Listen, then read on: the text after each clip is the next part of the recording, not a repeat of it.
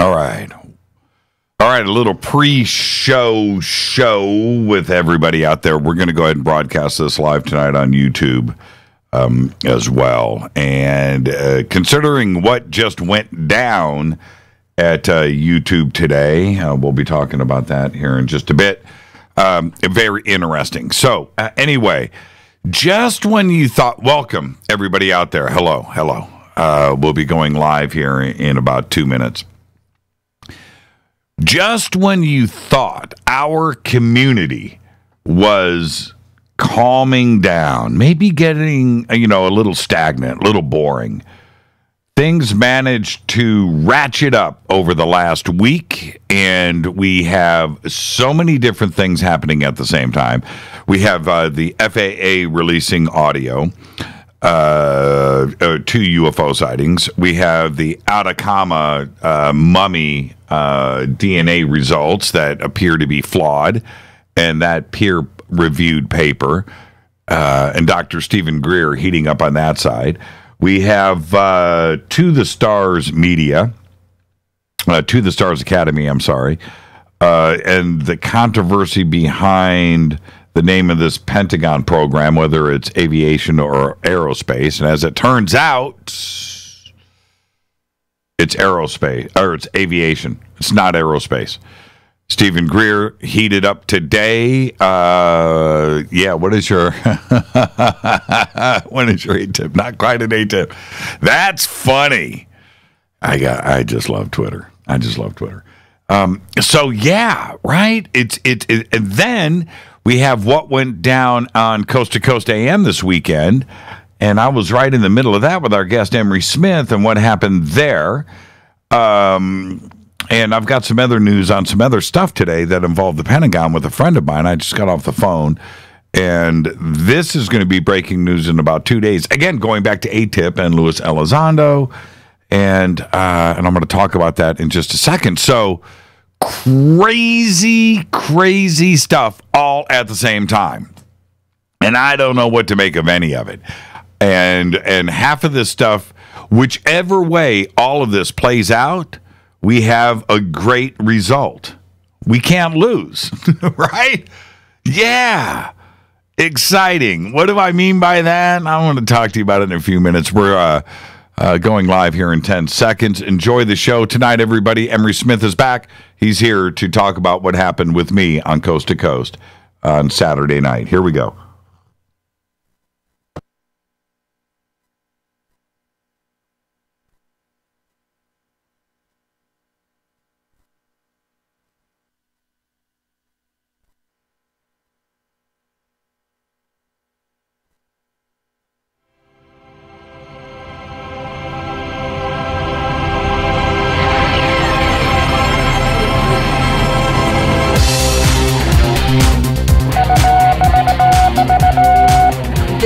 Radio for the masses. Headline edition, July 8, 1947. The Army Air Forces has announced that a flying disc has been found and is now in the possession of the Army. If the game is rigged, change the game. Game changer. I occasionally think how quickly our differences worldwide would vanish if we were facing an alien threat from outside this world.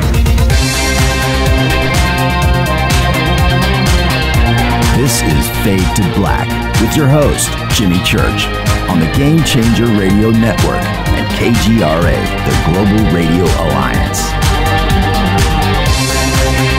I need your help to get to the year 1985. You are listening to Fade to Black with Jimmy Church on the Game Changer Network.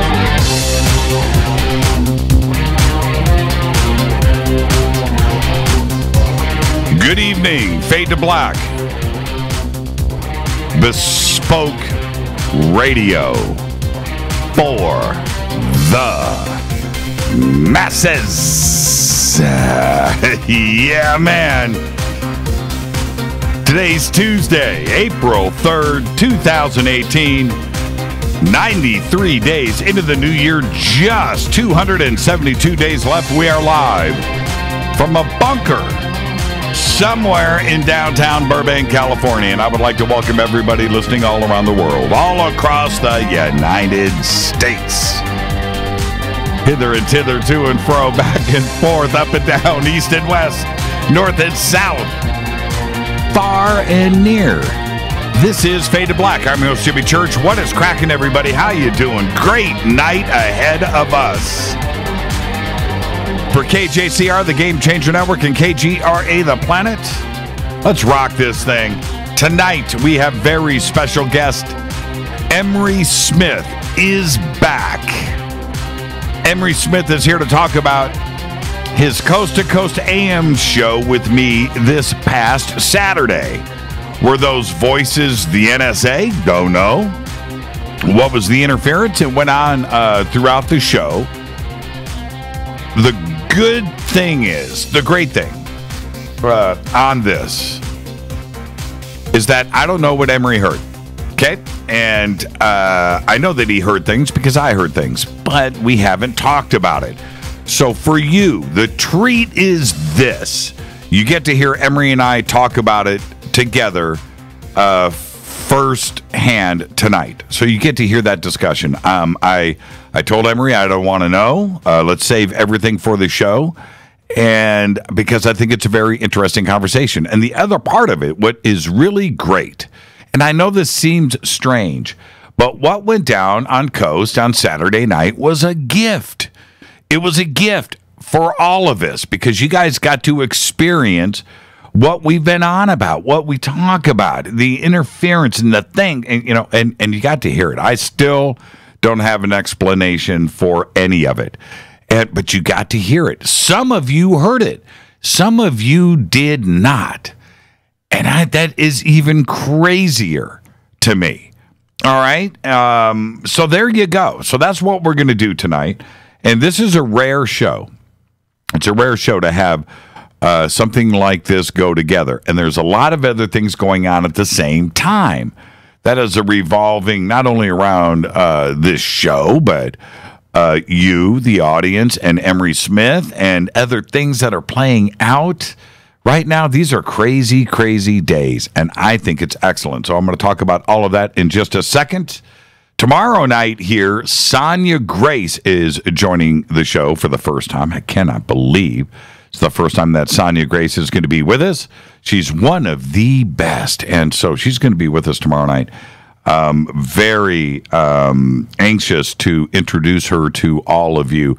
Some of you have been following Sonia for years, and you've had the opportunity to see her speak and so forth. But for those of you that haven't heard Sonia, on an interview on a radio show like this, this is going to be a very, very cool evening. So that's tomorrow night, Sonia Grace here.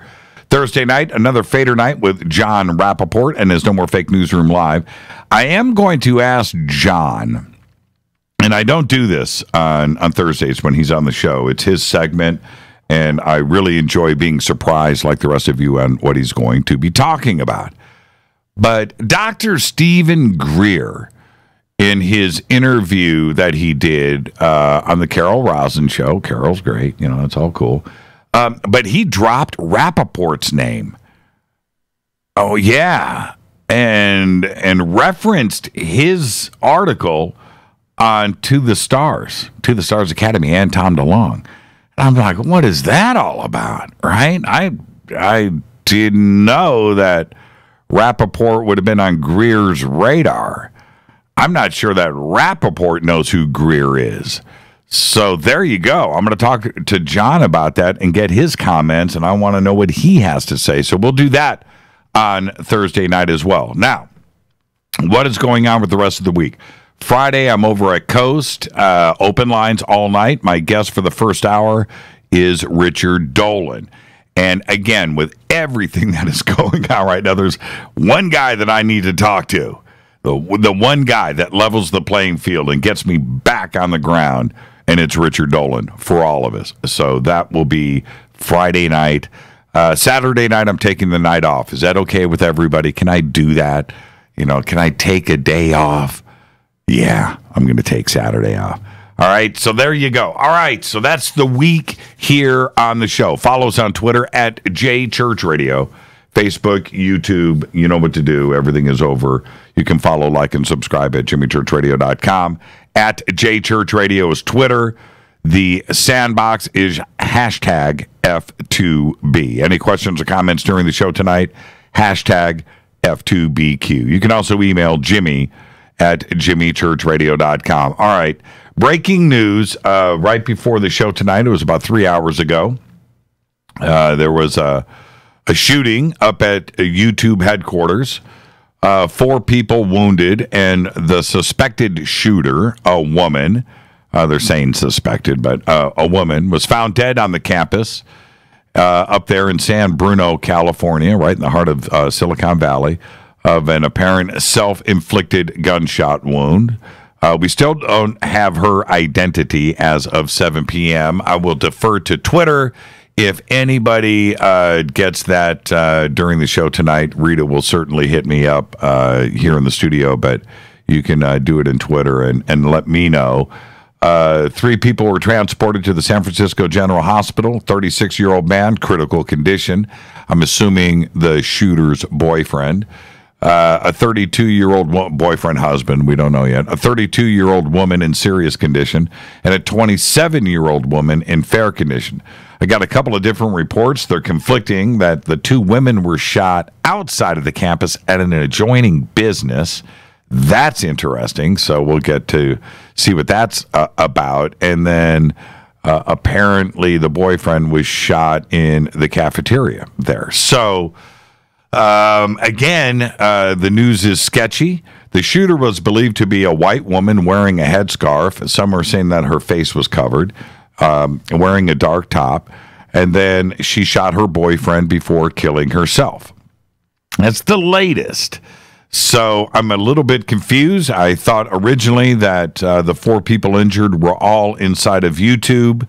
But now apparently there was an adjoining business or something else next to the campus where 2 women were shot. Again, it is, I could be completely wrong with all of this. This is the news as I have it right now. Okay? All right. I want to keep everybody updated on OnStellar.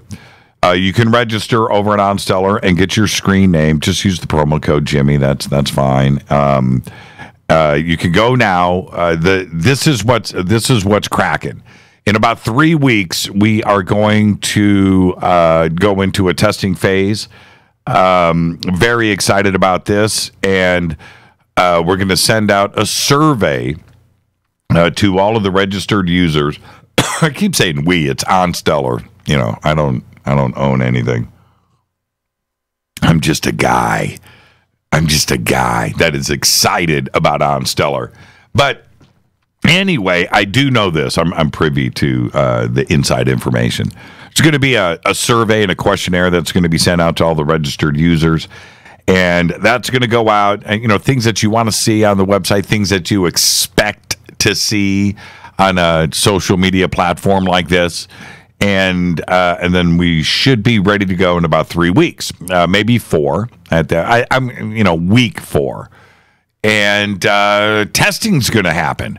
So you do want to get going on that, get registered, use the promo code Jimmy, and if you use a promo code, I'm just letting everybody know when the platform actually launches, you're going to get bonus tokens and stuff for using a promo code. And if you register after the platform launches and you don't have a promo code, that's it. Promo codes are going to stop. This is all for pre-registration to get everybody excited. And so when we launch, we have a nice, solid foundation there. So think about all of that on stellar.com.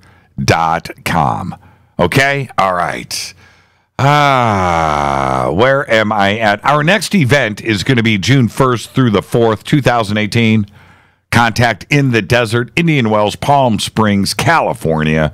Right out there in the desert in Palm Springs at the Renaissance Resort and Spa. Tickets and information, lodging, food, everything you need to know is right there at jimmychurchradio.com. Click on the Contact in the Desert banner. Okay? All right, let's see. Our conference. Now, see, this is what's really cool. Our conference. We're doing our conference. We're going to do it at ECETI Ranch, August 9th through the 12th. It's called the Soul Tech Gathering at ECETI. SoulTechGathering.com. We're only selling 300 tickets. That's it. 300 Fadernauts. Teaching, classes, friendship, memories, and of course, everything that happens at ECETI that goes along with it. Maybe we'll have a Bigfoot sighting. There's going to be guaranteed UFO action. So we're going to be doing that night watches every night. It's going to be just amazing fun. We're going to have fun, food, music, everything's going on. And I get to hang out with all of you for 4 days. It's going to be amazing. So August 9th through the 12th, SoulTechGathering.com. And I've been warning everybody, we're only selling 300 tickets. That's it. After that, there's not going to be 301, only 300 tickets. Okay, don't forget to subscribe to our podcast where we have over 825 archive shows. 825 archive shows, just $2 a month. You know, so there you go. Interstellar, the future interstellar platform for safe and social media. Interstellar. What? The future interstellar platform for safe social media on Stellar Social. I see that. I'm not sure. Okay, I'll check that out later. Okay. Don't forget to become an official Fadernaut. You can do that in our membership section on the site. You get the bunker cam. Everybody's on the bunker cam tonight because we're sending it out there for everybody because we have Emery Smith back here. But you can get commercial-free downloadable archives. You can get autographs, hats, T-shirts, email to me, all kinds of fun stuff right there. Become a Fadernaut today. Help support the show. Don't forget all of our sponsors. Life Change Tea. GetTheTea.com, River Moon Coffee, makers of the Fade to Black blend, New Pharma, Ancient Life Oil, Sacred Skulls, New Manna Food Storage. I think we're going to snack on New Manna tonight after the show. Yeah, New Manna. Just use the promo code Jimmy, and you'll get an autographed T-shirt and a discount and free shipping. All of that stuff right now. Okay? And, of course, Bearing Optics, Night Vision. Let's get this show cracking. Happy birthday to today. Eddie Murphy is 57. Kind of weird because I watched Coming to America on Saturday, and it's his birthday today. I forgot how funny that movie was, man, when we watched that Saturday. Alec Baldwin today is 60. Have you seen Jerry Seinfeld's series? It's it's like 6 years old now, but Comedians in Cars Getting Coffee. If you haven't seen it, go check it out. I think it's on Netflix.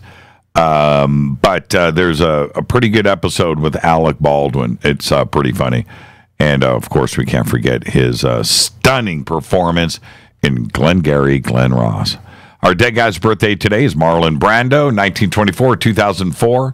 Died at the age of 80. Don Vito in The Godfather. And, of course, Colonel Kurtz in Apocalypse Now. That is all. That's all I have to say. Marlon Brando, happy birthday. On this day in history, 1996, Ted Kaczynski is arrested by FBI agents and accused of being the Unabomber, the terrorist responsible for 16 mail bombs that killed 3 people and injured 23 during an 18-year period. And as it turned out, it was MK Ultra. Fader fact: Elvis Presley is considered the best-selling individual artist of all time with over 500 million records sold. But he never performed outside of North America. That is a Fader fact. Tonight, very special guest, Emery Smith is here. We're going to talk about that show we did together on Saturday night over on Coast to Coast AM. What were those voices? What was going on? Who was running that electronic interference during the show? We're going to talk about that tonight. Tomorrow night, Sonia Grace is here, and she's here for the first time. I'll say it again. I can't believe this is the first time Sonia Grace has been on Fade to Black. And then Thursday night, Fader night, John Rappaport's going to be here in his No More Fake Newsroom live. Now, tonight, Emery Smith is here. And over the last, just when, this is what is weird. Just when you think things were simmering down in the UFO community, getting a little dull. This past week has been extraordinary. Things are going nuts. In December, we had what we were calling the Days of Disclosure, and of course that turned into a big, nothing bomb. And well, let's hope that it doesn't. But what is cool about what happened in December was the mass media is now reporting on UFOs. Whatever it was reporting on, to me, doesn't matter. The fact is they're getting acclimated and they're starting to report UFO activity. And it seems that the mass media is okay now with reporting sightings and videos, no matter where they come from, right? Okay. So, but then it just kind of died off. And it died off for a lot of different reasons. But over the last week, things really, just when you thought, right? So we have the Atacama mummy news, and that alien that was featured in the movie Sirius that Emery Smith was part of retrieving the DNA samples from. Strange that Emery was on the show last week when this white paper was released. And then, of course, on Coast to Coast. I set up those shows. I didn't know that white paper was going to go into a peer-reviewed journal, Dr. Nolan. I didn't know about that. Strange timing. You would think I was involved, but I wasn't. So anyway, so we have that. And now we've got all the stuff heating up again with To the Stars. And both of these stories, news breaks, are getting, pushed to the front burner by Dr. Stephen Greer. Stephen Greer was just on the Carol Rosin show, seriously breaking down the DNA, the test results, and how that should have never been published in a peer-reviewed journal. Dr. Nolan is now working for To the Stars Academy. He's also tied to Stanford, and the implications of all of that, and Greer calling, the CIA card. And if anybody can call the CIA card, it's certainly Dr. Greer, and he knows he's got more information on that than just about anybody. So we have that. And then, so we have the Atacama mummy news, and then with the To the Star stuff and how that lines up with Tom DeLonge and Luis Elizondo and the naming of ATIP, right? And is it aerospace or is it aviation? And Dr. Greer's tweets today, well, it just so happens that with all of this, I had a friend of mine that was literally on the phone with the Pentagon all day today. And I got the news. Now, so over the next couple of days, either we're going to do something on Thursday, and we'll have a very, very special guest on Thursday to talk about what happened with the Pentagon today. Or that guest, because we're waiting for some other data to come in, or that guest will be on Monday, regardless if we get the data in or not. So here we have Dr. Greer talking about Luis Elizondo and a interview he did with a Turkish outlet, and saying that ATIP wasn't called ATIP, it was called something else. And that doesn't even really matter, because something could have been lost in the translation. But what is interesting here is Dr. Greer, and Greer may be right, I don't know, but this is Turkish and Luis Elizondo, and then the translation programs coming back that are translating the Turkish into English. Maybe something was lost, maybe something was confusing between Elizondo's statements and then how the reporter recorded it and wrote it down. I don't know, but it's certainly there. But Dr. Greer is in the middle of both of these situations right now. And he's not holding back. I think, and it's my opinion, no matter what you think about Dr. Greer, I think he stands on pretty solid foundation with this Atacama test results and his complaints about it. And the doctors and the PhDs that are involved in this DNA research we're talking about all top shelf stuff. But Nolan, how he has gotten himself involved in something that could blow up. And I'm talking about there's the possibility here that this white paper could get removed from this journal. That happens, that ties right back to what Nolan is doing with To the Stars Academy. And what is the deal with To the Stars, again, stumbling one more time? I don't want anybody in the UFO community to stumble. I want all of this to push forward. And that includes To the Stars. I've got friends, people that I consider friends. Peter Levenda is a friend. I consider Peter Levenda a friend. I don't want to see Peter stumble. I don't want to see To the Stars go away. But who is funding To the Stars? Where's the money coming from? Why is there one stumbling block after another? And what appeared to be a very solid white paper that went into a peer-reviewed journal, striking down the Atacama mummy, all of that, and it turns out that it just may all be fraudulent and the information incorrect. How does a paper on an alien mummy make it into the most respected DNA peer-reviewed journal in the world? How does that happen? Who pulls that off? And then we have, well, who pulls it off? Well, you've got Dr. Nolan with To the Stars Academy and publishing this paper. It's getting a little dirty. It's getting a little funky out there. And then you throw in this aerospace aviation question with ATIP. Who keeps stumbling at To the Stars? And ultimately, where we keep having this alienation, no pun intended, between To the Stars and the UFO community, To the Stars needs the UFO community. You can't, as Grant Cameron says, divorce the UFO community. You can't do that. You need the UFO community. It's big. It's big.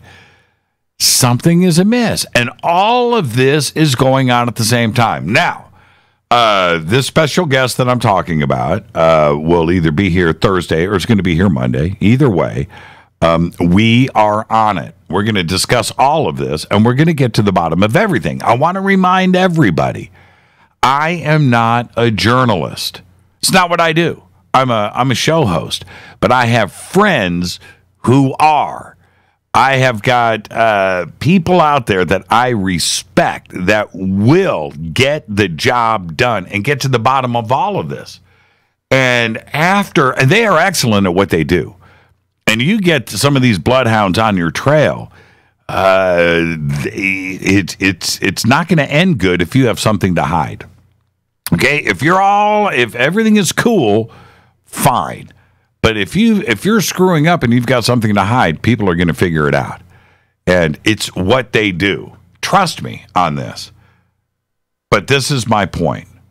With everything that is happening, not only with Emery Smith on Coast to Coast this past Saturday, the Atacama mummies, ATIP, To the Stars, Luis Elizondo, and some other situations right now, things are not what they seem. They are not. They are getting good. With all of the sides of the stories that we have, and we've got like 5 or 6 different things that are about to come to a head all at the same time. And no matter what the results are, we win. We win. Think about what I am saying here. No matter what it is, we're going to get to the bottom of all of this. And it's one of those situations. It's a sure bet.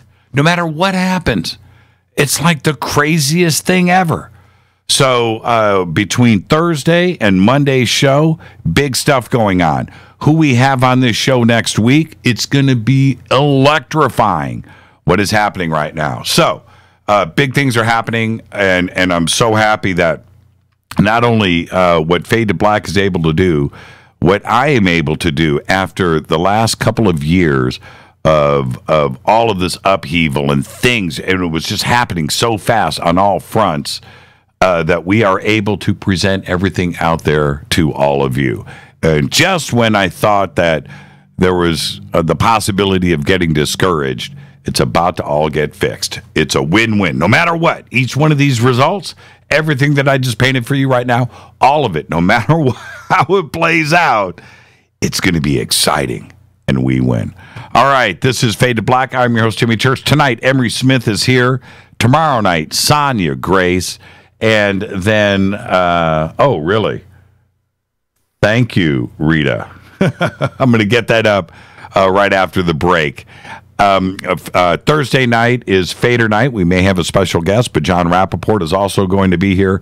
Friday night, I'm over at Coast to Coast AM, and my guest will be Richard Dolan, followed by open lines all night long. All right, let's do this. This is Fade to Black on KJCR and the Game Changer Network and KGRA, The Planet. You can follow me on Twitter at JChurchRadio, simple enough, at JChurchRadio. Email is jimmy@jimmychurchradio.com. I'll be back right after this short break with our guest, Emery Smith. Stay with us, everybody.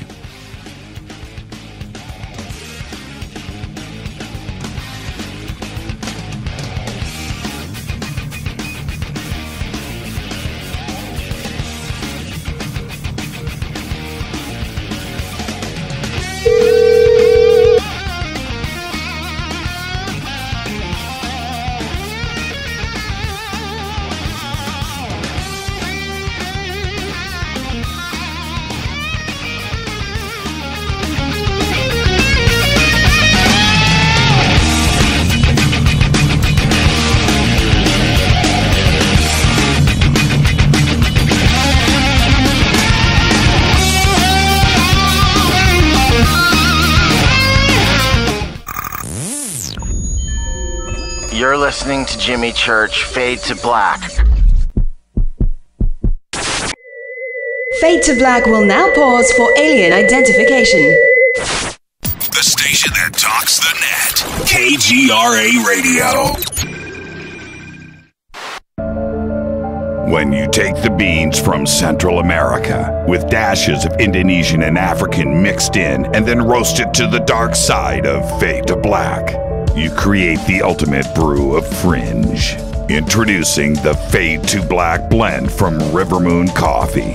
Yes, Rivermoon's darkest customized roast was created for the love of Fade to Black. The alchemy of masterful roasting and smoking the beans is in every sip of this full-bodied dark Java. I need my coffee dark, deep, with distinct bittersweet chocolate highlights, just like the bunker. Leaning further into the darkness of the roast is Fade to Black blend from Rivermoon Coffee.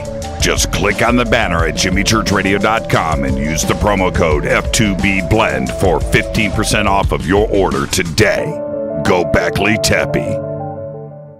Natural Health Solutions with Chris and Ronnie. Hey, Ronnie, how you doing? Great, Chris. Now, you're the CEO of GetTheTea.com, right? Yes, I am. What is GetTheTea.com? I mean, is this tea you buy in a store? Well, no, it's not. Life Change Tea is just that. Life-changing. Life Change Tea is an herbal tea that gently cleanses your body from intruders. What do you mean by intruders? Well, intruders are toxins, chemicals, GMOs, heavy metals, and more. They're in our food, in our water, in our air we breathe. Seriously? Yeah, seriously. And Life Change Tea will help you with removing these, as you say, intruders? That's right, Chris. Are there side effects with this tea? Well, you might lose a little weight. When you clean your colon, you lose weight, you feel better, and you have more energy. Wow. Ronnie, where can people purchase Life Change Tea? Oh, that's easy. GetTheTea.com. That's GetTheTea.com. Ronnie, I want to thank you for being on the show. People, don't forget, GetTheTea.com. 9 out of 10 geneticists agree. Fade to Black is not your father's radio show on the Game Changer Radio Network and KGRA, The Planet. Win big with KGRA this summer. Tickets and hotel accommodations to the biggest conferences, autographed books and DVDs, chances to win all-inclusive conference cruises, and private dinners with your favorite KGRA hosts. Click the contest tab at kgraradio.com for your chance to win big this summer. Your contact for the best alternative talk radio on the planet. kgraradio.com. Hi, this is Rob Reiner from Anvil, and you're listening to JimmyChurchRadio.com. What's up? I'm Chris. What up? This is Kyle Massey, and you're listening to Jimmy Church Radio.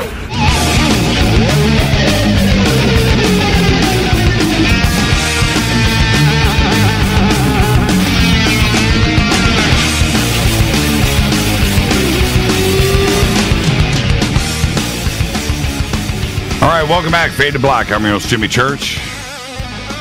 Okay, we're going worldwide. Well, we're always worldwide, but tonight we brought in YouTube. So we're broadcasting out live on YouTube tonight. So welcome, everybody.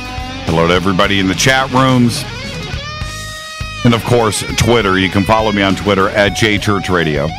Our guest tonight is Emery Smith. He is back. We just did a show on Saturday night over at Coast to Coast AM.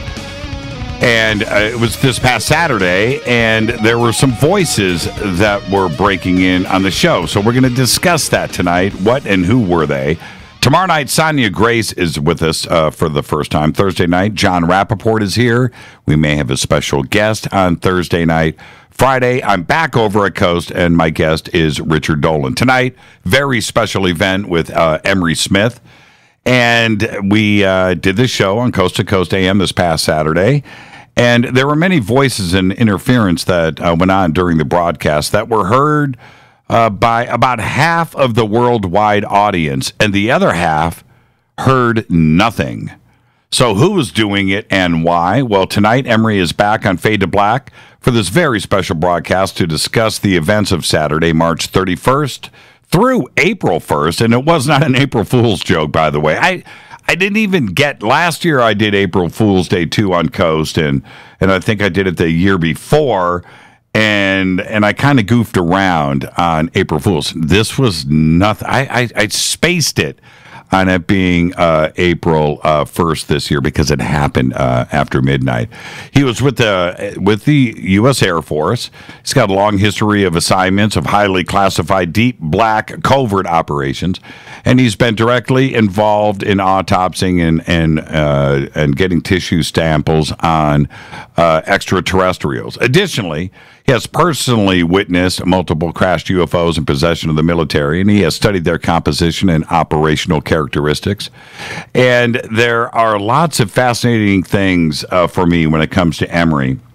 And certainly, not only this past weekend with Coast to Coast, but the other UFO news that is breaking throughout the community over this past week. I would like to welcome back to Coast to Coast, back to Fade to Black, Emery Smith. Emery, see, I haven't gotten any sleep either. Have you gotten caught up on your sleep?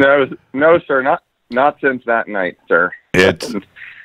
It was pretty exciting stuff, Emery, and it happened out of the gate. So before we get to the show, we'll do that in a couple of minutes. I'm actually going to start with this. I have, and I know you get this all the time, but now I get to ask this question. I get accused and asked all the time if I am part of the system, right? If I'm CIA. If I'm funded, right, of course. Yeah, I get it all the time, and so and Coast to Coast gets accused of that too as well. It's really funny, but I can assure you that I am not. I know that you get it all the time, but I am going to ask you right now: are you CIA? Are you an asset? I am not CIA. I am not with the DOD or the military anymore. And moving forward, there is nothing going on with me as far as work related with that. And that's why I'm coming forward with all this amazing information. And that's why I'm kind of being suppressed just a tad. The way that the stuff went down on Saturday on Coast to Coast, which was very strange. Is that something that the CIA would do in your experience, or the NSA? Would they run that kind of interference on a major? It's the number one overnight radio program in the world for the last 25 years, right? And to run interference on a program like that, you are certainly letting everybody know that you're up to something. But something went on Saturday night. Would that be a tactic that they would use? That's definitely a tactic. The fact that they didn't take it out was what's really interesting, because, you know, they do have the ability to do that, like they did the old style Area 51 guy on your show 15, 20 years ago, or what it was. When something's coming through and they can't verify it right away, they get really antsy, and they can, you know, easily just flip a switch and get that done. What was neat was what I was hearing, which I'll get into. I just didn't want to get, you know, into it when we were talking first time on the show, because I think it would have been a little bit overwhelming to tell people, you know, there's all these voices and industrial harmonics going on, and you know, you were cutting out every now and then I heard this beautiful high pitched tone came in, and then it went back to normal. And I think the White Hats actually intervened, and there was something going on where they really respected of, you know, this, what you were saying and what I was saying in the interview, that they wanted this to be, you know, broadcast out across the world. So I don't, and I can't, by the way, I don't have the rights to play the Coast to Coast broadcast here. And once it goes out into the archive, if I did play that, then it would get content ID'd and shut down in YouTube, and the next thing you know, right? So I can't do that. I don't have the rights. But let me explain to everybody exactly what happened with me. At about the at the start of the show, at about the 20-minute mark, Emery and I at that point had been talking for about 10 minutes, and the broadcast is in my headphones. I hear what is coming into my headphones is the exact stereo feed that goes out around the world. Okay, so. And Coast to Coast has the best premier radio in iHeart. That is the most state-of-the-art situation that you can think of. There isn't a better radio studio in the world. And I'm talking about specifically the Coast to Coast studios. Nobody's got a better studio. Nobody. And fancy and the staff. But it's also the whole building that is premier. That is the NOC, the Network Operations Center. And so we have all of the staff that is there. And I've never had any errors in the programming. So when I'm listening in the headphones, it's nice, clean, pure audio. At about 20 minutes into the show, I heard what sounded like, to me, two voices that were talking to each other, almost like air traffic control. And that's what I thought I heard. And so, and it was like I heard, and I heard that. And so and I'm listening to you. You're answering one of my questions, right? And now I'm not even listening to you anymore, Emery. I'm listening to these voices. And then it happens again. And I pulled off, and Nathan, my engineer, is standing, he stands up in the studio, right? He stands up, and he's always looking at all the meters, and he's got lots of things to watch, and he's listening to the show. He hears something, and we both pulled off our headphones at the same time, because I thought it was maybe not in the stereo mix, that it was coming through. I was thinking all kinds of weird thoughts. A fire alarm, get out of the building. I don't know, right? So, but there's nothing. And I turned to Nathan. I put my headphones back on. I hear it again. And I pulled my headphones off, and I said to Nathan, I go, was that music? right? And Nathan holds up his hands and he goes, no. So that was me saying, was that music? But 3 times I heard the voices go down that forced me to say to Nathan, what the hell is that? Is that music? I come back to you. You were talking. I don't even know what you were saying, by the way. I have no idea because I was completely distracted. And then you stopped talking, and you caught me by surprise. So I was like, "Go ahead." I didn't even know what to say at that point. No, because then it happened to me right when that happened. Not to cut you off, I just thought Nathan was landing the space shuttle, at Cape Canaveral or something. It was like the same thing I heard, like Houston, right. And then his voice came on. I thought someone forgot, to hit the mute button over there, and it wasn't. It actually continued throughout the show. Now, it was. So let me stop you right there because I want everybody to understand. The audio feed that I am listening to, I need to be clear here. That's what's going out over the air.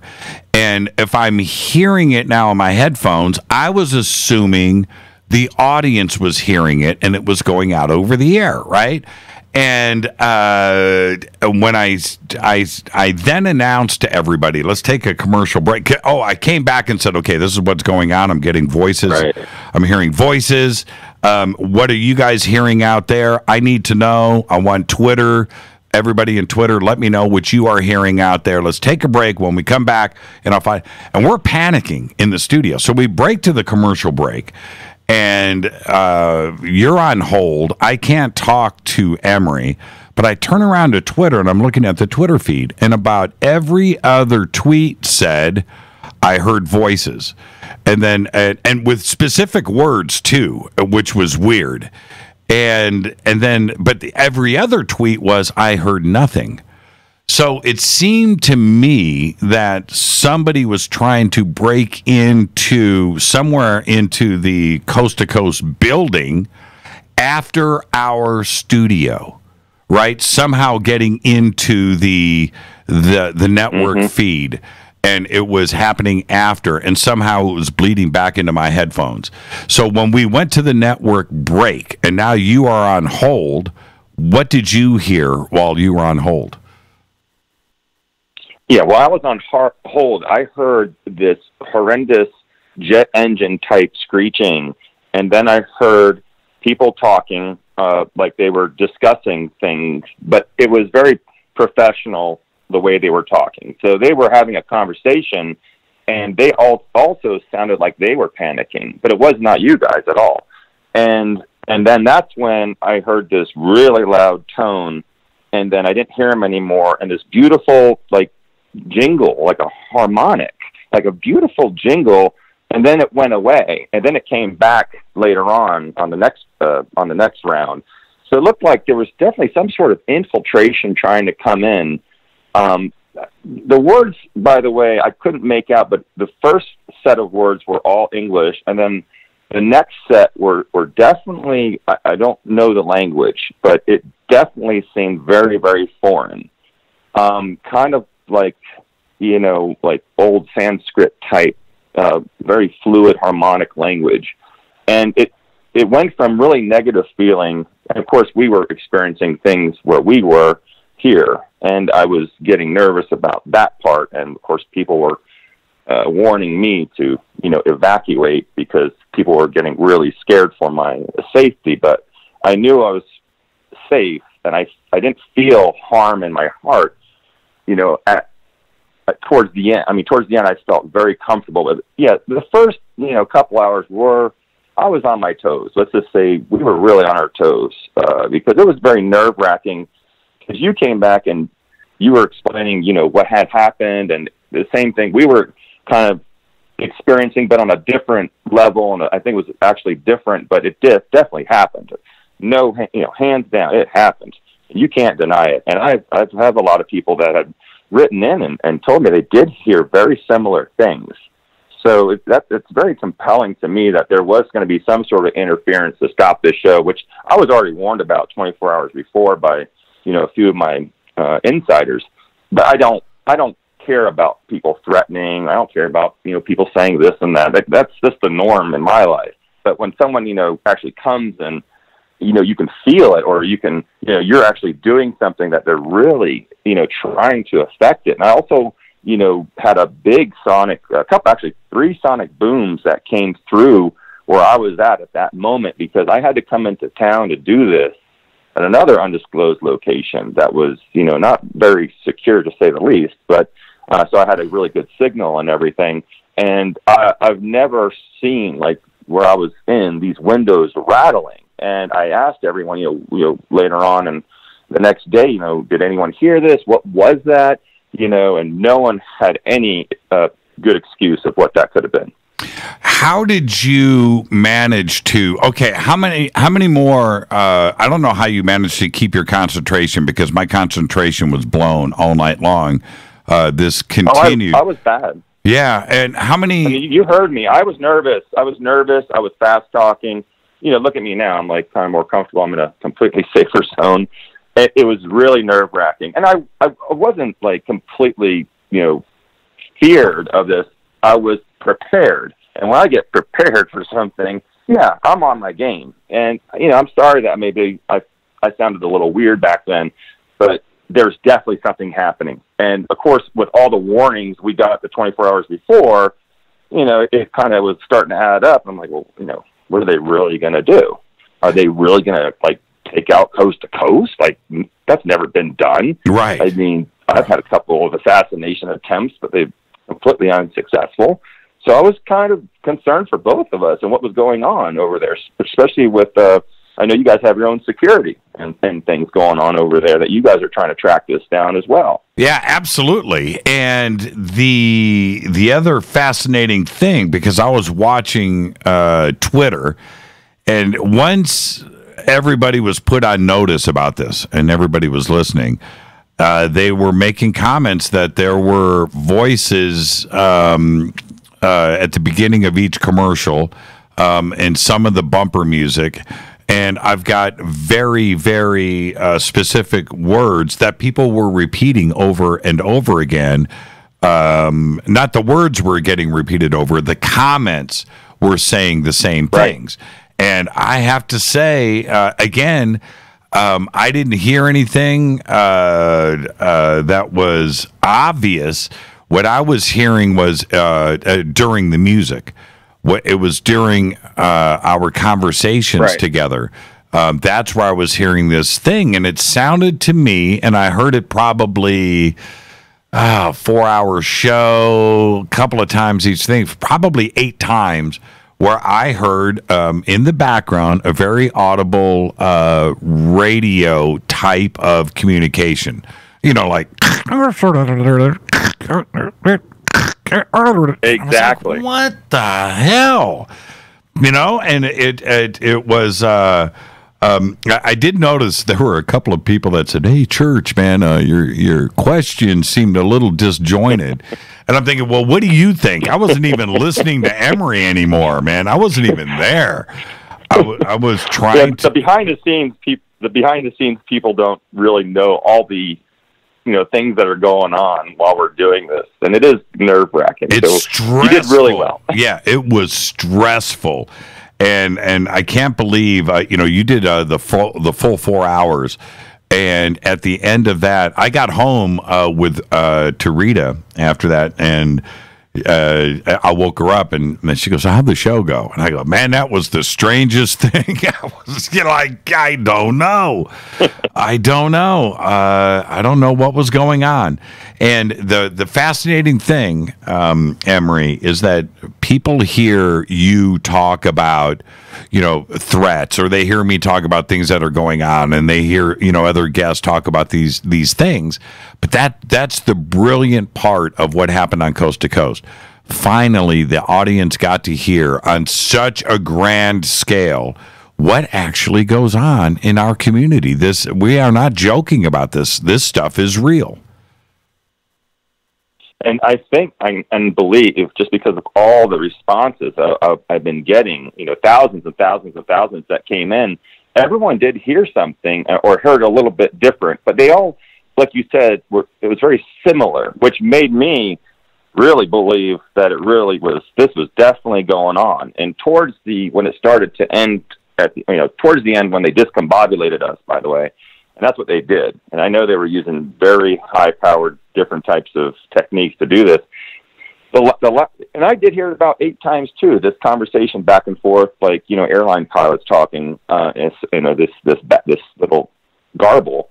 I heard like a language, and it really stuck out. And I'm saying it live because I want other people to write in and let me know if they heard anything similar like this. But it sounded like, and I don't speak Navajo language, but it sounded like an Indian. I'm Blackfeet, by the way, but it sounded like Navajo language. I know that because I've heard some Navajo songs. I have friends that are Navajo. And when I heard this, I was like, no way. Like, who's on a radio doing that whole, clicking on and off? And It went from like this English babble, and now it's this other babble going on, and I don't know what they're saying. And I'm getting, I'm a little alarmed. You were alarmed. Yeah, so Nathan and I, we go back.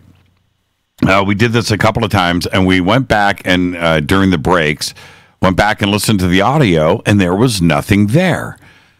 And I swear, I thought, man, I'm taking crazy pills. I hear it, but it wasn't getting recorded. So that says to me, well, you have to remember this though. The studio is isolated, right? So our recording, all those hard drives are recording what's coming directly off the board. What leaves the studio after that and goes out to the satellites and all of the network feeds that are happening, right? That's post us, and that's where I think that they were breaking in. And so that's why it wasn't getting recorded by us. And we were fascinated with that because I expected to hear something. When we went back, when I first started to hear it, I listened to that full 5 or 6 minutes before I said anything. I listened to that, and it was clean. I was like, that's impossible. It's impossible. So I had to sit there and scratch my head. I know, because I know audio, man. I know signal flow, and I know exactly how things have to happen to get a show done. And it didn't record. So it happened after the fact. They were breaking in to the feed, and between our studio and the satellites, they were able to do that. But somehow that interference came back into the studio, and I think that's where they slipped up. Somehow it exposed itself to me. I mean, I heard what I heard. Braided back somehow through some sort of frequency that you finally heard it, but you actually heard it first, and then a few seconds later I was hearing it. So that makes sense as far as like the time it takes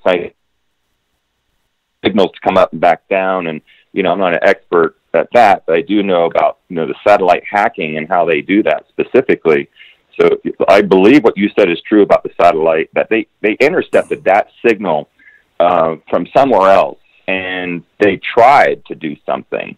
But there was another, I feel in my heart, just because you know what I'm into, there was another interference that said, you better stop that, or I heard that too. You're not. Yeah, you heard that. What I heard was this. This is what I heard, and I thought again. Let the audience know let the audience know. We don't know. We have not spoke about this. No.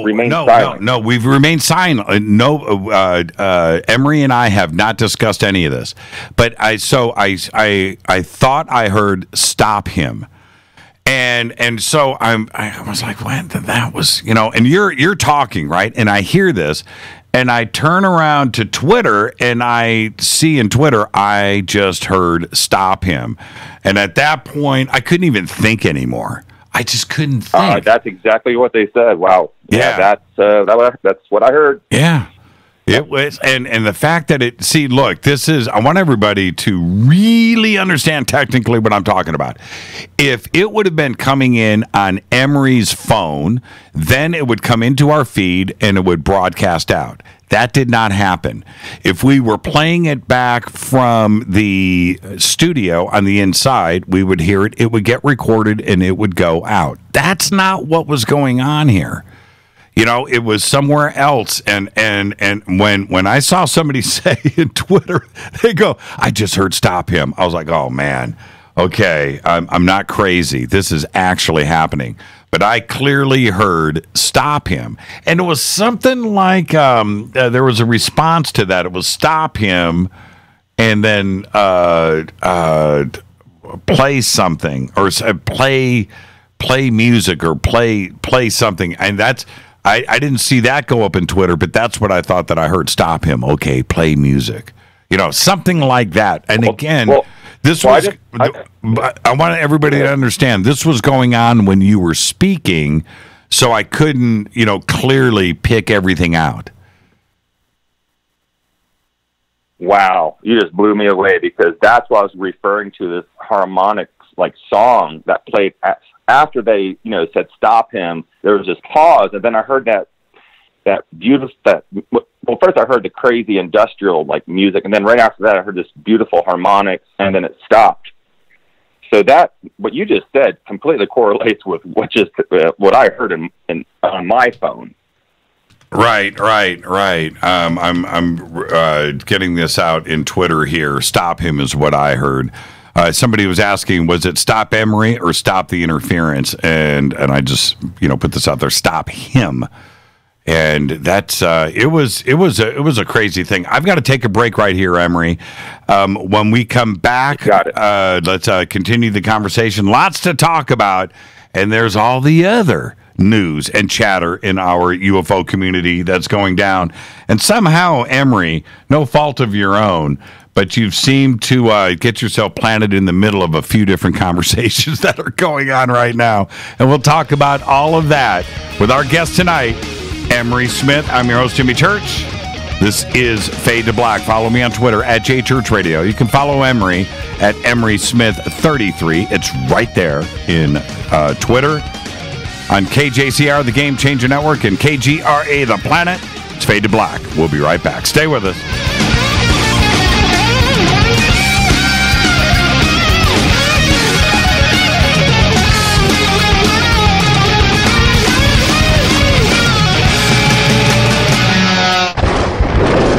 This is Fade to Black with Jimmy Church on the Game Changer Radio Network and KGRA, the Global Radio Alliance. This is KGRA Digital Broadcasting Station, Salt Lake City, Utah, Van Buren, Arkansas. Hello, Fadernauts. This is Jimmy Church, and I'm introducing New Pharma, a company whose products are based on science. Human function based on the endocannabinoid system, or ECS. New Pharma firmly believes in this science, and their research indicates that support of the ECS provides the beneficial effects for a healthy lifestyle. New Pharma's science includes relief capsules for pain relief, sleep capsules, which are natural support for occasional sleeplessness. Foundation is support for your ECS, and Fit capsules support your active lifestyle. Just click on the banner at jimmychurchradio.com and use the promo code F2B for a 33% discount on all of their products. Or visit newpharma.com for all of the knowledge on the science. That's GNUpharma.com. Go Beckley Tappy. You're listening to my main man, Jimmy Church, on jimmychurchradio.com. Hi, this is Ray Hobbs here, repping the planet, and you're listening to my good friend, Jimmy Church, Fade to Black, on the Game Changer Network and the KGRA Digital Broadcast Station. This is Toby Kebbell. You're listening to jimmychurchradio.com. Don't hurt me, Jimmy. I'm only little. Hey, I'm Adrian Grenier. And this is Ari Gold. We're the Honey Brothers. Yes. We are of the Honey Brothers. Hey, I'm Adrian Grenier. And I'm Ari Gold. We're the Honey Brothers. and you're listening to Jimmy Church. The Revolution. Ancient Life Oil. Life-changing. The real oil. CBD is truly ancient life oil from the source. This oil has no psychoactive effect and is also legal in all 50 states. When you're healthy, you're happy. The truth about this wonderful plant is that it wants to give back to mankind life, longevity, and happiness. Ancient Life Oil are golden grade, all organic, non-GMO, and infused with high-quality liquid coconut oil. It's simple. Just go to ancientlifeoil.com today. That's ancientlifeoil.com. The best, purest, organic, and non-GMO CBD in the world. Go Backley Tappy.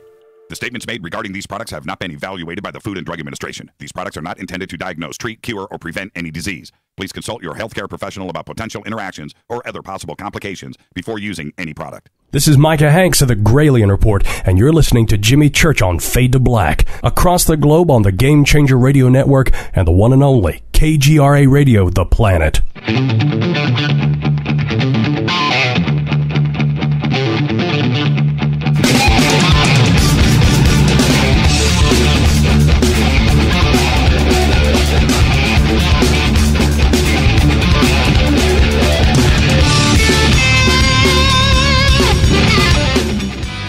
Welcome back. Fade to Black. I'm your host, Jimmy Church. Our guest tonight is Emery Smith, broadcasting out on all of our syndication and also YouTube. So welcome to everybody out there on YouTube. A little special simulcast going on. And Emery, I'm going to read you this tweet that just came in talking about the Coast to Coast AM show on Saturday. This is from Ann, and Ann says, Catherine Ann, she says, I heard stop, then thought they said music.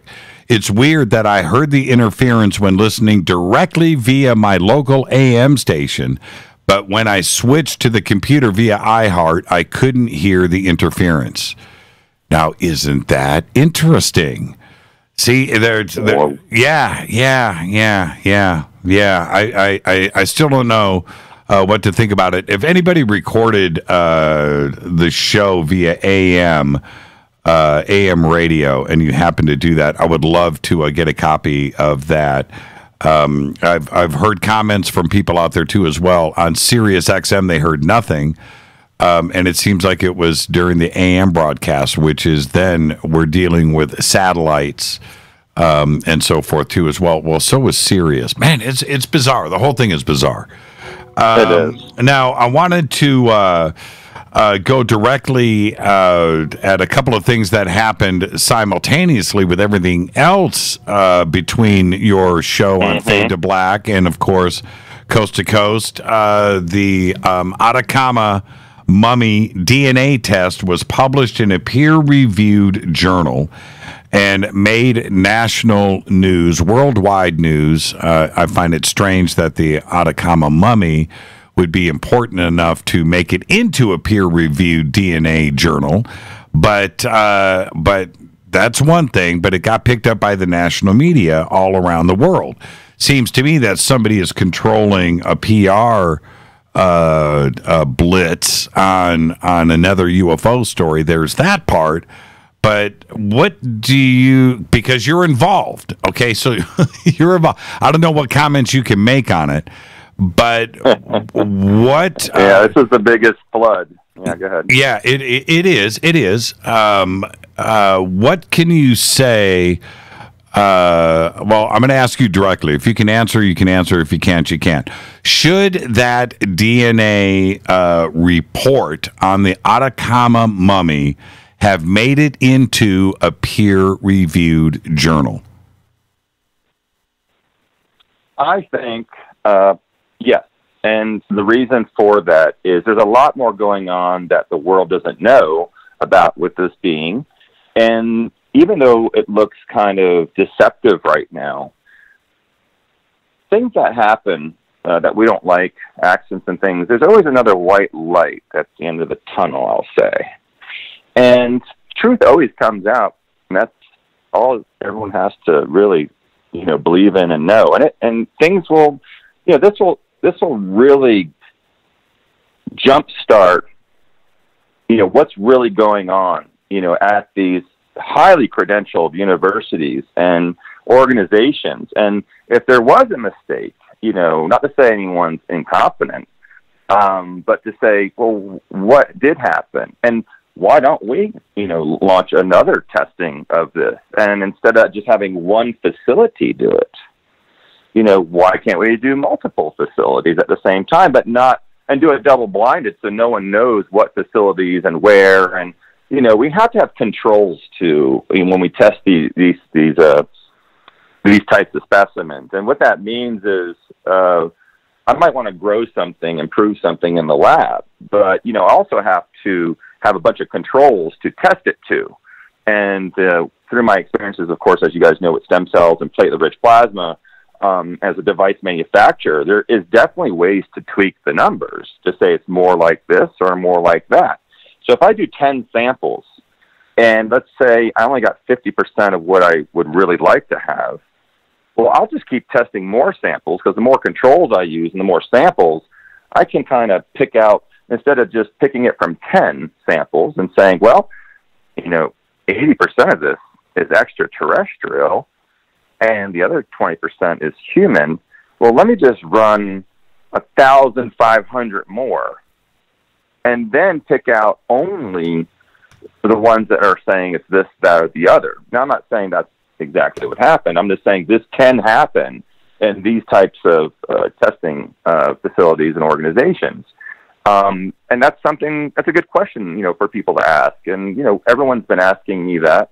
And, hey, I'm just a regular guy. I'm just a regular medic, man, that did the autopsy. I'm not anyone really special. And now we have Chile and Spain and the United States of America, calling me up, and things are getting a little weird. And, I did not have anything to do with the transport of this being, by the way. That was something that was purchased by Ramon from Spain as a treasure hunter down in Spain down in Chile, that he went and met with someone and made some sort of, transaction. But, I'm not sure how he's handling that right now. But yeah, this is a big talk. I mean, everyone is just so upset, and it's great because we want everyone to be motivated by this. Now turn that, you got to transmute that into something good and say, well, that's fine. Something definitely not. If the public and other scientists are coming forward, which is great, and other whistleblowers and other insiders, and they're saying there's something wrong with this. And, I'm not a geneticist. These people are experts, but they know, I know all the data very well, memorized it by heart. But that's not my thing to talk about. I think we need to get the world leaders in this to really step it up and come forward and say, hey, well, why don't we just retest it? Why can't we just, run this through another couple of labs instead of just having one entity control it? And that's what's breaking my heart is, there is a lot of infiltration of organizations that were funding this project that are connected with the cabal and other entities out there. Right, and which we can't say it's.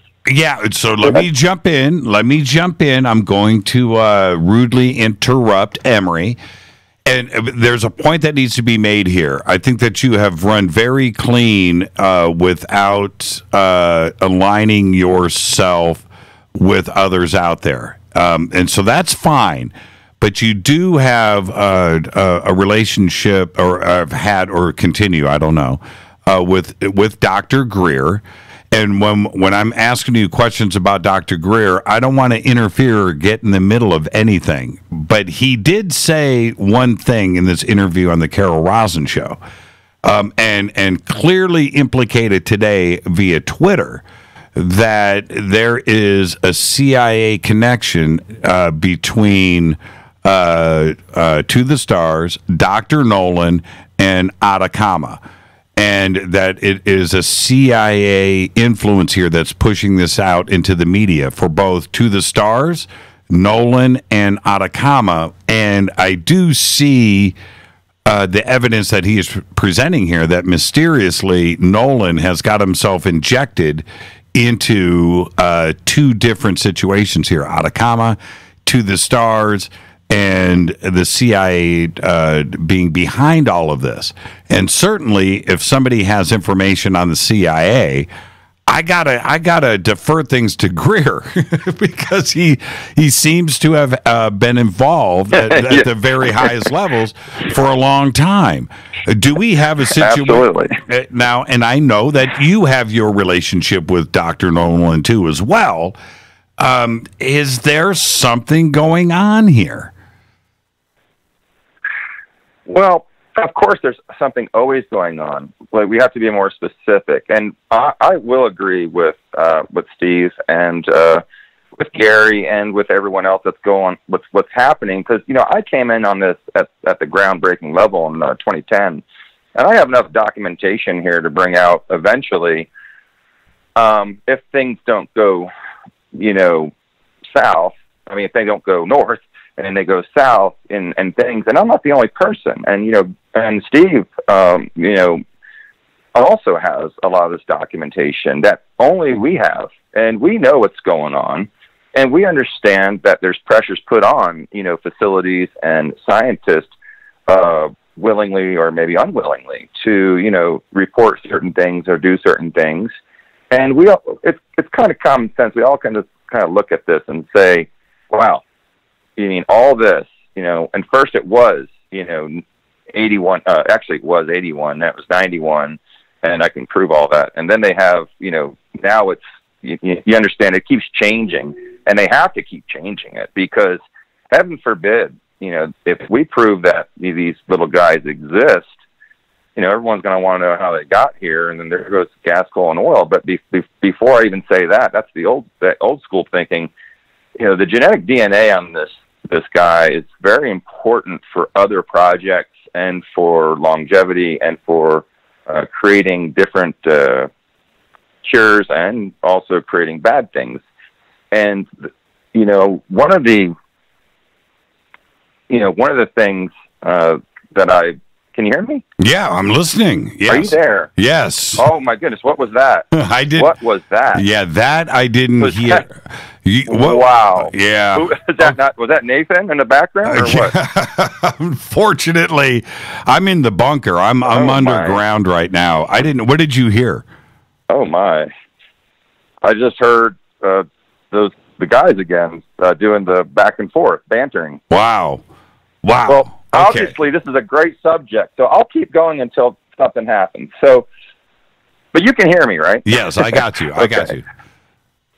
And this being, there's so many things they want to do with this, and there's going to be some control over it for a little bit, and that's okay because it's going to really motivate a lot more people to come forward and say there is no way through this test, the way you tested it too, by the way, that it was 100%.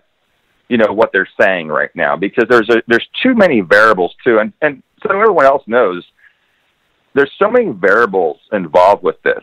And one of the things, I'll just speak from my own experience, only fact, when I was operating on this little being, the way I was presented it, I was kind of appalled because it was not in a sterile container, wasn't kept in a vacuum.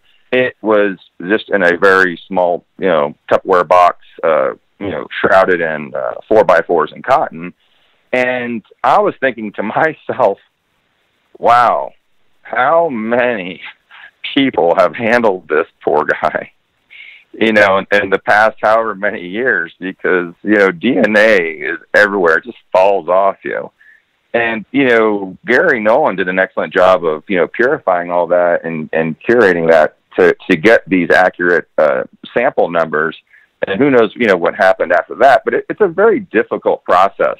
So everyone knows when you don't have a completely sterile specimen. Now, Dr. Greer and the protocol that him and I set up to do this, also along with Dr. Jan Bravo, who needs super accolades for this, that was something, because we work in surgery. We know how to do these types of things. And, I brought over, hundreds of thousands of dollars worth of equipment over there to, obtain the sample of the specimen and also make sure that the specimen was kept, the specimen samples were kept in a very sterile fashion. So there's a lot of factors, what I'm getting at, Jimmy, that correlate with all the disturbance that everyone has a problem with the paper. And that's normal. And that's great because that just says, hey, let's do it again. And I'm ready for anyone out there. I know it's, I think it's in the museum now over in Spain. But, I'm ready to, help another team out, or if someone wants us to go over there and do a couple more specimens. But the thing is, it has to be done by multiple organizations and multiple universities. And then, hey, let's all compare it together.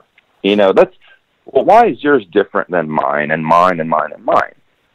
Well, Greer pointed out, again, he presented a pretty solid case. I've got to give him props here. And a couple of points that he made that I've always wondered about. Number one, that Nolan is claiming that this is a genetic what's the word?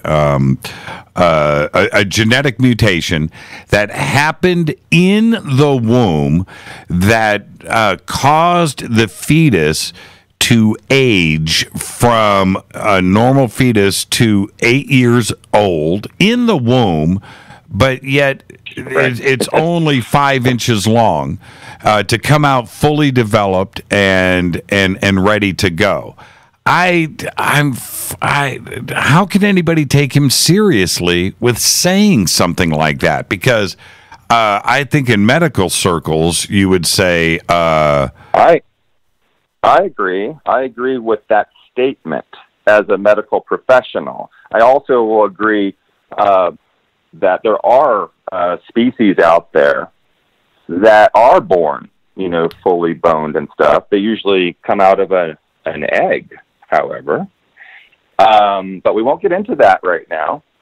But these things can happen. But that he's absolutely correct about it, and that's just every physician knows that there's no possible way, if this was not coming from a womb, let's say, maybe it came from something else, that it could have this bone structure. And when I was on all the calls with the team back in the day with Lockman and Gary, and they were stating that this was one of the most phenomenal specimens that they have ever tested and ever looked at.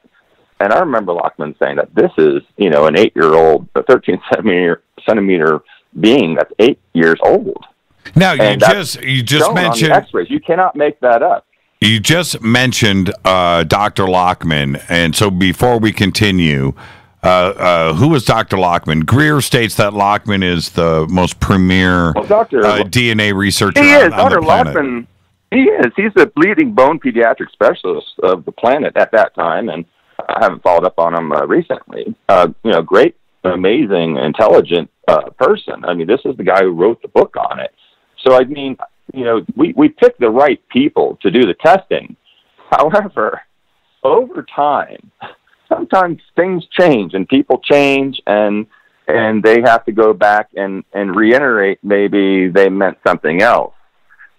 Which is what's happening. So it looks very suspicious to the UFO community, to their fellow colleagues and scientists, to the presidents of these organizations and of the laboratories. It throws this big well, I don't want my name associated with that, unless they're going to go do, a retrial on this and go back and let's see what really happened before we start accusing anyone. Right. Because these are some of the leading, these are the leading colleagues of the world that have done amazing things for humanity and invented things and come out and have done things. So why all of a sudden are they backtracking? Why all of a sudden, there's a lot more to the story that I'm definitely going to share with them. I don't want people to think I'm part of the cover-up or anything like that, if there is a cover-up. But what we're trying to get at is, let's move forward with what we have, and let's investigate that. I think Dr. Greer mentioned something about, I didn't see the whole thing, by the way, sorry, but I know someone mentioned to me that, continue an investigation or investigate the people who did it or something like that. I'm more of, hey, let's work together and let's get more people on board, do a larger investigation of testing, that is, not just an investigation. Let's do more testing. And then I think everyone will see, what's really happening. Because if you have a consolidated, compartmentalized program that may have been affected by an outside source, well, all we have is that. We have no one else to compare. Right. And Greer stated this about Lockman. He said that Lockman would have given the paper a 0. Now, if that is the case, and this is a peer-reviewed journal, didn't it get reviewed? Wasn't there other peers that reviewed the paper that allowed it to get published? Well, that's the big question, and that's why Greer and the other medical scientists out there are saying, there should be a lot more intervention here of everyone else. So there might have been something slipped under, the noses of the organization, of the laboratory, without saying names. I'm not going to say names. And now it's out there. And all of a sudden, overnight, I didn't expect my name to be worldwide to 2.5 billion viewers overnight. And here it is, so that means, there's media involved. And anytime you hear the word media, we all want to just put our arms up and say, oh, okay, guys. All right. This is just a bunch of, malarkey. And, what are we going to do now? Well, I'll tell you what we're going to do. We need to investigate, do some more testing and let's find out what happened. Just because there was a breakdown in continuity of, people assuming this or that or the other, well, let's go check it out. And the truth will come out. You can't hide it if you get so many people involved. And that's why I always tell the world and the collective, I'm like, let's all join together. And everyone else is joining together. But let's make a movement and let's fund things and let's do things that help us find out, who is telling the truth and who is lying. And if they're not, if they are telling the truth and they're not lying, well, maybe there was something else going on, that there was another faction or factor with the technology that was used or with the technology used on the people that were testing it. And I don't want to get weird with this, but these things do happen. And, and then there's the disinformation campaign. So then we have things coming out where, back in the projects that I worked in, we want you to see something. They want me to see a reptilian walking down the hallway. So at some point in my career, if I ever turn out to go and talk about it, people are going to think I'm crazy, or they can use that and say, no, he's right. He did see it. Now, was that a real reptilian ET or a hybrid or a programmed life form? I don't know, but I did see something. But now that I'm 65 years old, I want to tell everybody. Right. So, these are very excellent disinformation campaigns. That includes all the specimens that I tested, which they did tell me, 1 out of, 25 specimens may be just a falsified thing. So just because, to see how you'll react, to see how the people react, and the scientists and everyone else involved in the project. And now they're doing this on a global scale to the civilian community, which, of course, media's been doing that forever. Why discredit Greer? It seems to me. It seems to me that TTSA and Nolan, through all of their resources on the Atacama mummy, to say that it was an alien and to put Greer in that position and forcing him to respond, which he has done. I mean, is that the victim here? everyone, falls under that category sometimes of, being that victim. But maybe there's something bigger to this story that maybe I don't even know. And for the future, that's going to help this even move forward faster. So the good thing is everyone's telling their side of their truth, which I think is great. They might be under some sort of NDA. They might be being, this is just, for example, with other projects I worked with, not with this one. Maybe, they have turned into another classified laboratory to handle larger, beings. Larger specimens, larger meaning more classified, not larger in size, but more classified beings. And maybe, these people are getting paid more. Maybe they're being threatened with their lives and their credentialing. There's a lot of horrible and, good and bad things that could be going on with everyone involved with this project, by the way. And, I have to be careful to stay neutral right now because I believe this is an extraterrestrial. I believe also that Gary Nolan is telling the truth with the testing, and I agree with Steve. So, there is and I know that's like, wow, you just basically agree with everyone, but at the same time, I hope what I'm saying tonight opens people's minds a little bit larger than just saying, oh my goodness, I can't believe Stanford did this, or this guy, Dr. So-and-so lied, or and because this doctor is saying this and this. And, well, do you ever think about, sometimes we don't know the whole story that's actually, brewing in the background. And I'm a person who believes in positivity. And even though there's negative things going on all around me, I'm still looking towards the light and love of humanity, that the truth will come out very, shortly. It's not, this wouldn't take very long. It might have took since, 2011 for us to get to this point.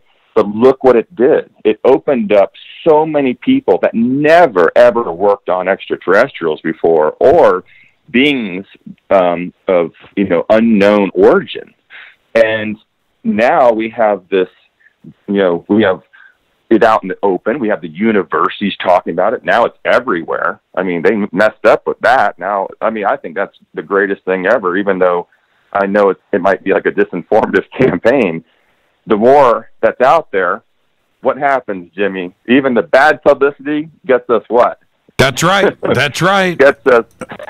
There's no question about that. You guys. There's no question about it. I'm just trying. Let's take a break right here, Emery. Yeah. We'll take a break. Okay. And you can go on hold and listen to the voices and report back. Our guest tonight, Emery Smith. Right on. I'm your host, Jimmy Church. This is Fade to Black. More with Emery right after this short break. Stay with us.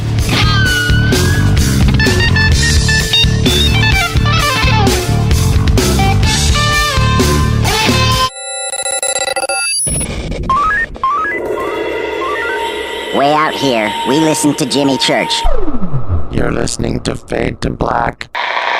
Always on the edge of the hottest alternative talk. Jimmy Church with Fade to Black. KGRARadio.com. ¿Qué tal, mis amigos? Yo soy Mario Carson, el tiburón, y los invito para que escuchen a mi buen amigo Jimmy Church Radio. ¡Claro que sí!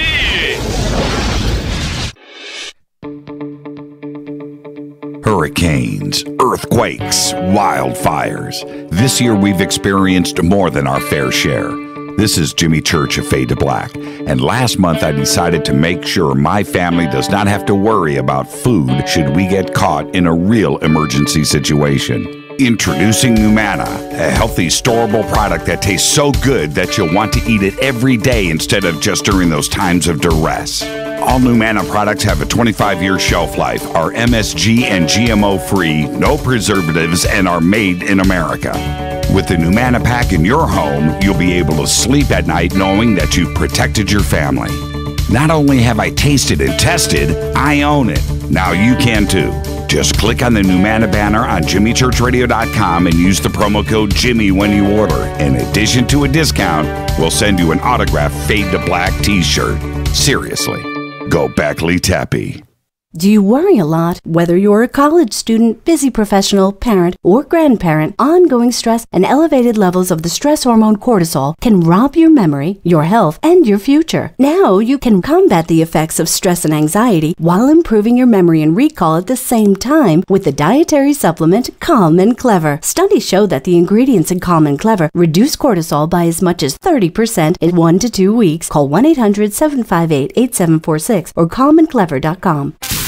You listen to us, and we listen to you. And so does the CIA. KGRARadio.com. Hi, folks. CBD is the home run hitter for health right now. Why, you ask? Because of what it does for the body. Unfortunately, I can't tell you all about the benefit. You know, there's reasons. Do your due diligence and log on to ancientlifeoil.com. That's ancientlifeoil.com. Ancient Life Oil uses organic ingredients and is blended in coconut oil for some of the best benefits. Legal in 50 states and non-psychoactive. Log on to ancientlifeoil.com. That's ancientlifeoil.com. You are listening to Fade to Black with Jimmy Church on the Game Changer Network. Oi, oi, I'm Reese Evans. You're listening to Jimmy Church. This is Revolution. The revolution will not be televised. The revolution is on radio. Ciao.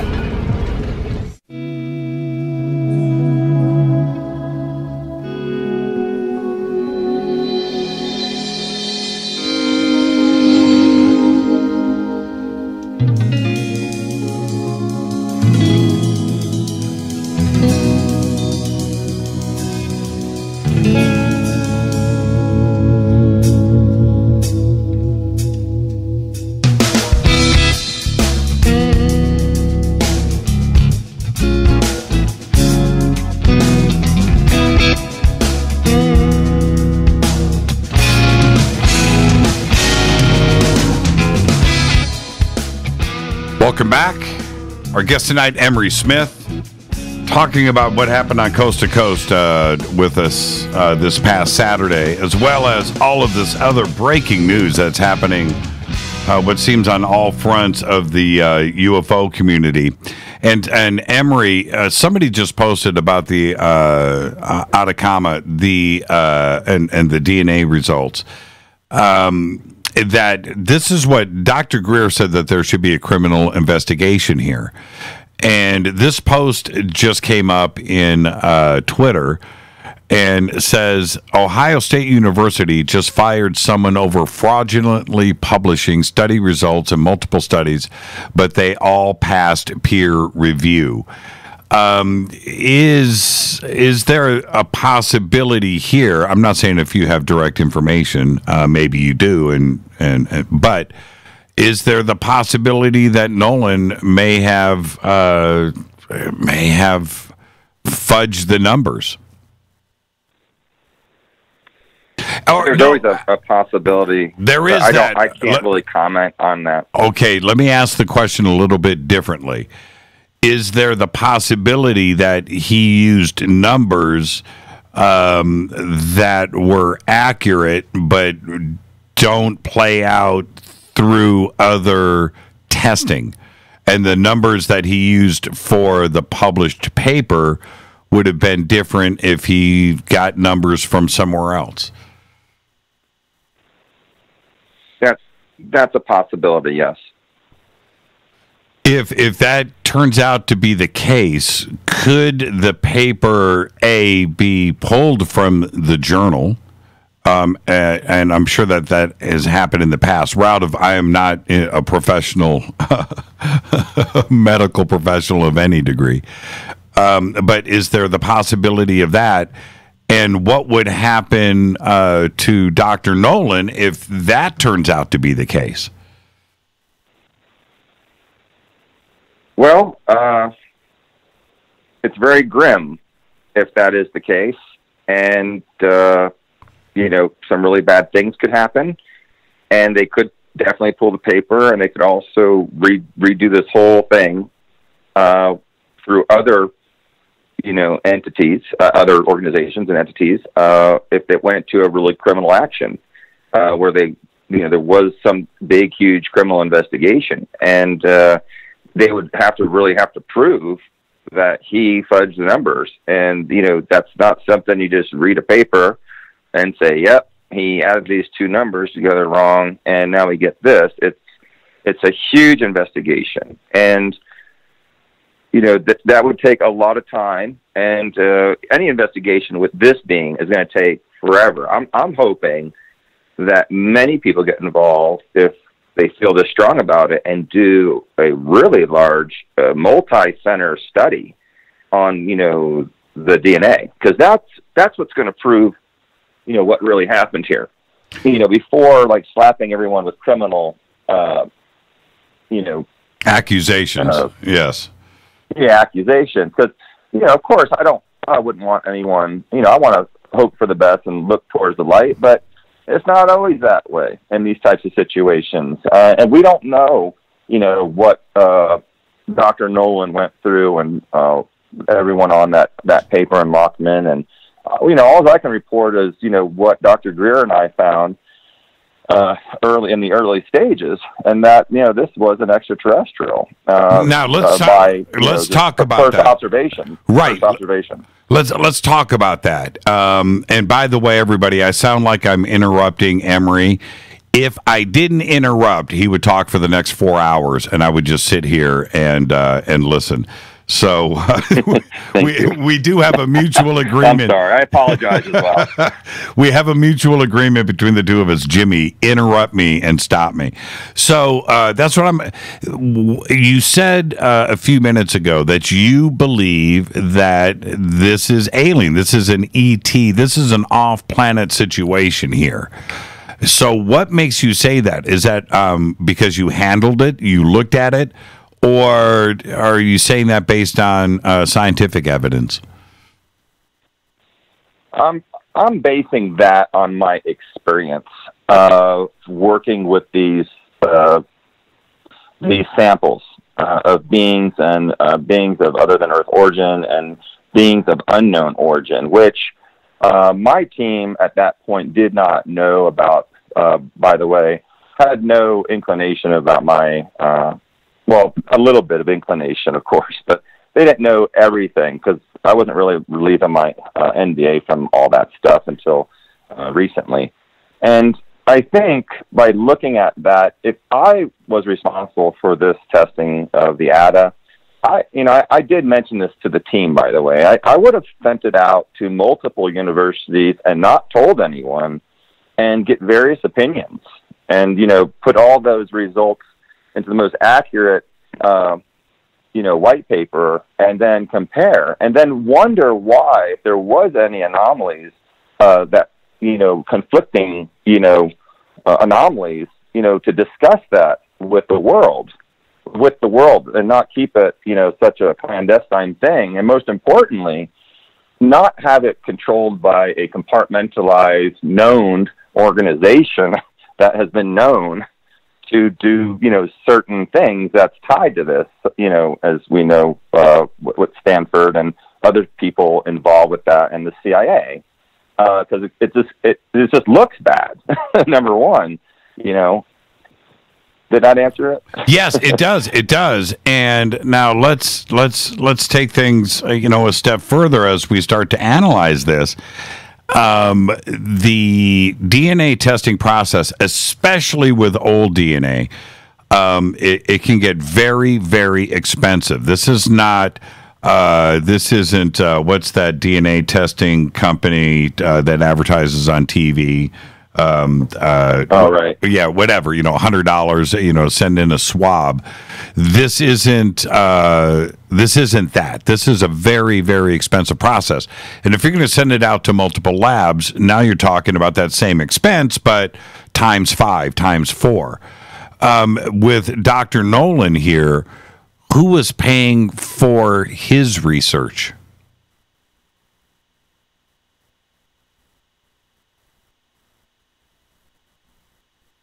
I'm sorry. Hello? Yes. What's going on? You cut out for us. Okay. Let me. Yeah. Okay. If we're getting interference, this is a very important question. So let me ask it again. and I enjoy the No, interference. I heard it, and then it went south. But go ahead and repeat it for the audience in case they did not hear it. The expense of who paid for Dr. Nolan's testing this paper. Wow, this is going to be, this is the biggest question, and I unfortunately know the answer to this. The first time it was tested, I'm gonna talk a little bit, then I'll bring it back around and answer it, because at the beginning, this was not supposed to cost $1 million for the testing, but it does, and it should have been a little bit less. Unfortunately, now after realizing and inquiring about what had happened, I have basically been threatened in a way to not mention any type of video interviews with other people on this paper, not Dr. Gary Nolan, though, to not interview these people, or if I do interview these people, I am not allowed to mention the word extraterrestrial, alien, or UFO.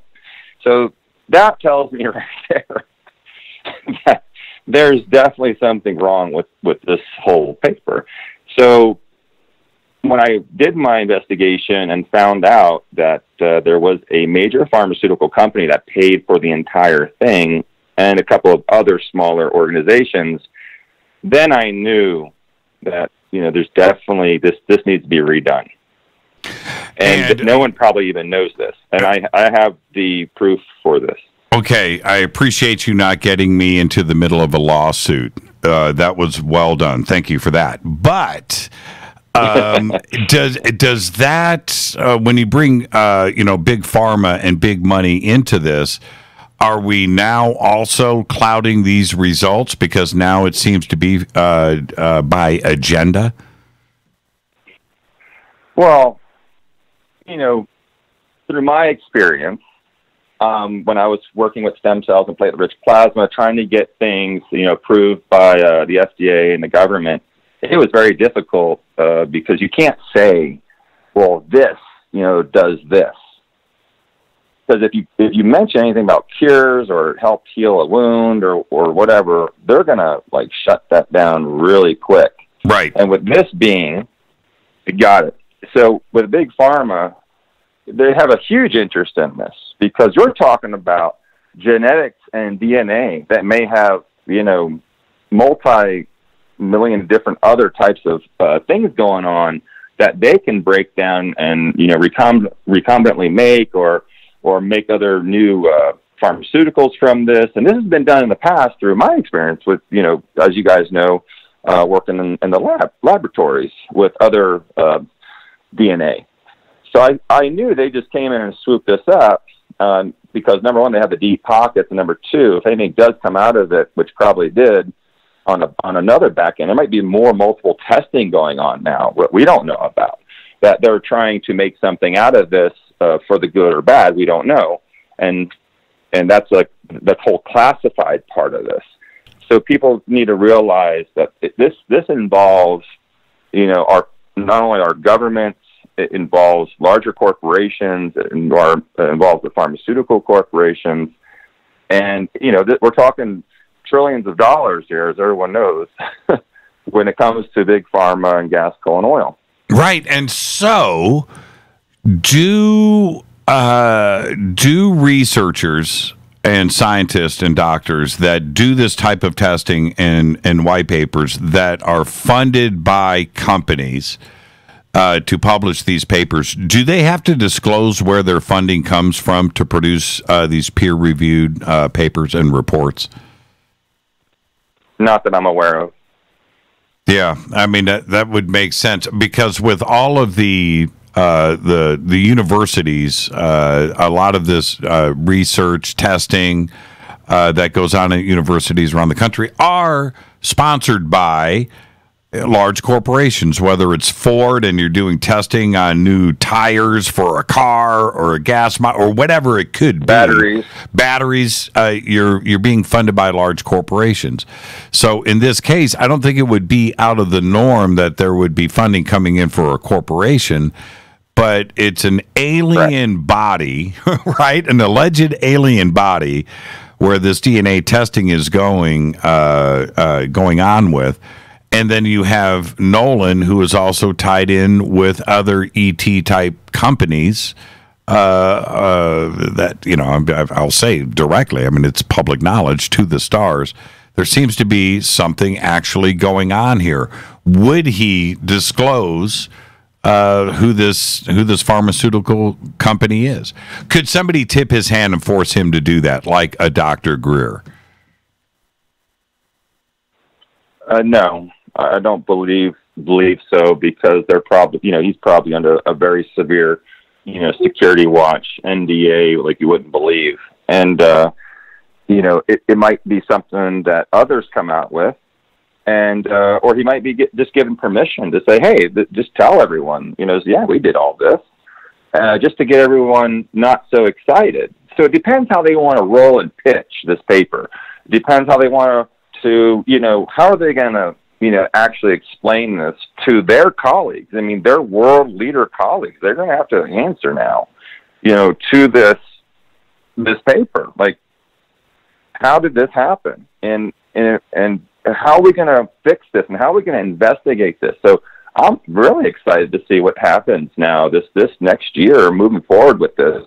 And I'm excited to come, forward with, other things like this, because it's happening all the time. It's just this one made it public. Yeah, and is there other DNA testing going on? Where are the samples that you originally took? Can those be retested? And are you aware of other DNA results? Not with the Atacama, no, but with other beings and other things that I've been involved with, yes, of course. And I know for a fact that they're doing, testing right now, with Dr. Gary Nolan and the team over there at Stanford on multiple extraterrestrial, possible other than Earth origin extraterrestrial DNA. And I think you already know that. I think some of the public knows that. And the stuff that I've worked on way back in the day, yes, of course, all of the samples are held in a very secure vault below the ground and in exoatmospheric areas and big vaults that are floating around space. So there is, this going on, consistently for a very, very long time upon some of the first beings that have been captured here or shot down here or crashed here. Did you hear that? Yes. Yeah, that was pretty weird. That was man, I love having you on the show. It was so intense. It was so intense. The lights in my room went completely out. And that was pretty strange right there. That was pretty good. We should do this is like an e-ticket at Disneyland. You should just come on once a month just so we could watch the lights dim. See, and this is, I used to, Coast to Coast threw me off. But I used to freak out when we got the interference going on with this show. I don't freak out anymore because it's so normal. But I will say this, with our sports show, I did sportscasting before Fade to Black. Never one technical issue. Not once. Nothing. Start talking about conspiracies and UFOs and the CIA, and just stuff started happening every single day. And so I enjoy it. I enjoy it. But that was a pretty strange sounding right there, whatever that was. And it was pretty strong. Jimmy,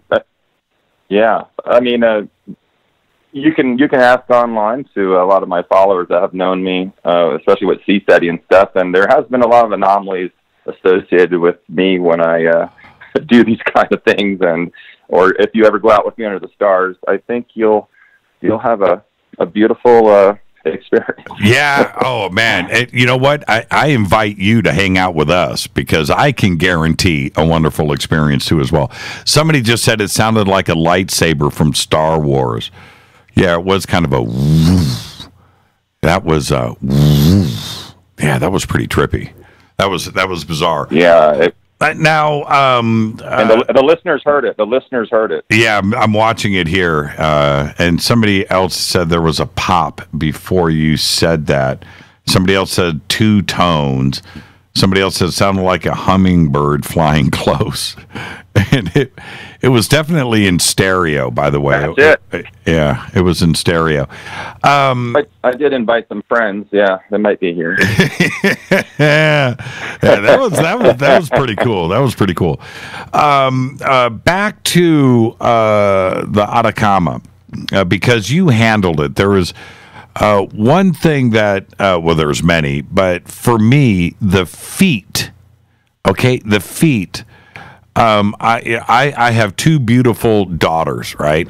And I've got a few new members of our immediate family that have been born, and I get to hang out with these beautiful little creatures that have been blessed, you know, and I know what a baby foot looks like, and what is on the bottom of the legs of the Atacama alien are not normal. They're little tiny. They're a quarter of an inch, I would say, 3/8 of an inch feet that are fully developed. I wanted to ask you: are there toenails?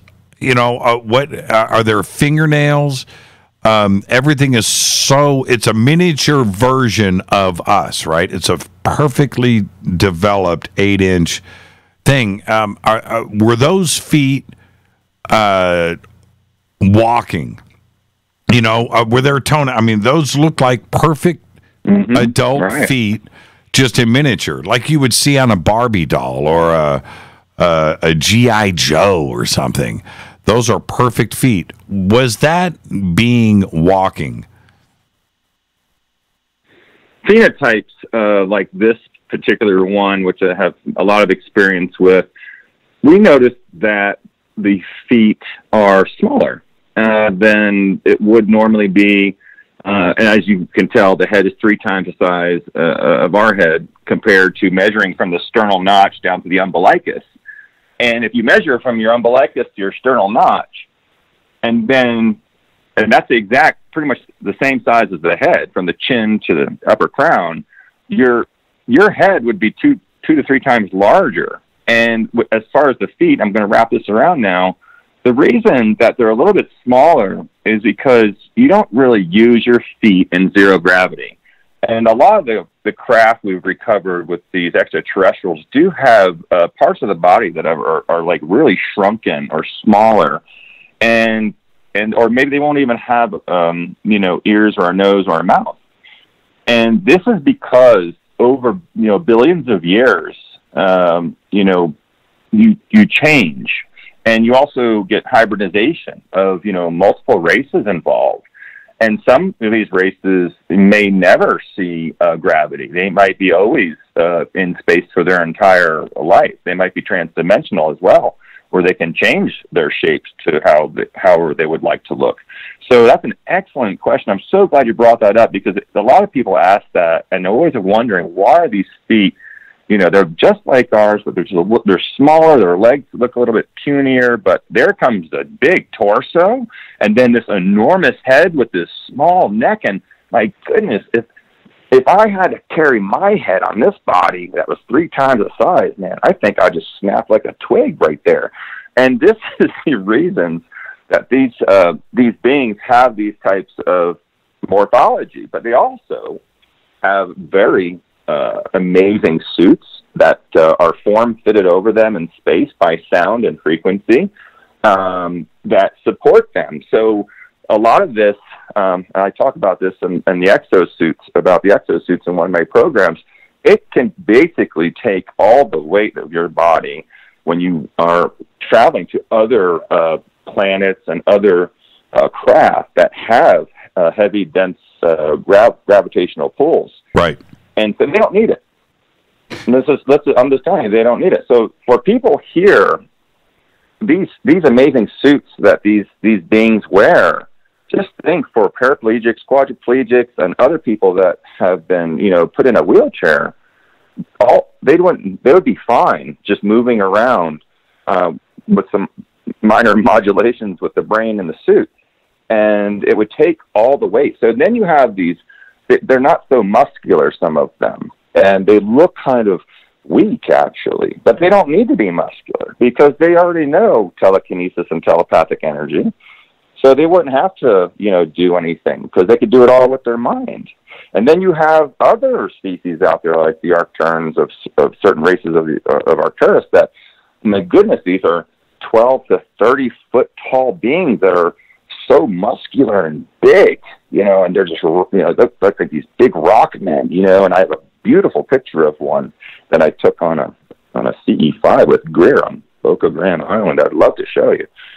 And these things are just, can do anything without, they don't need it even clothes because they're just so large and big, and they already conquered telekinesis and telepathic energies and all that futuristic stuff you guys see on TV. Now, that's my answer to that. Okay, I'm going to post, I've got to take a break right here, but I'm going to post this picture of the Atacama, and it's your hands, everybody, that you're looking at here. These are Emery's hands.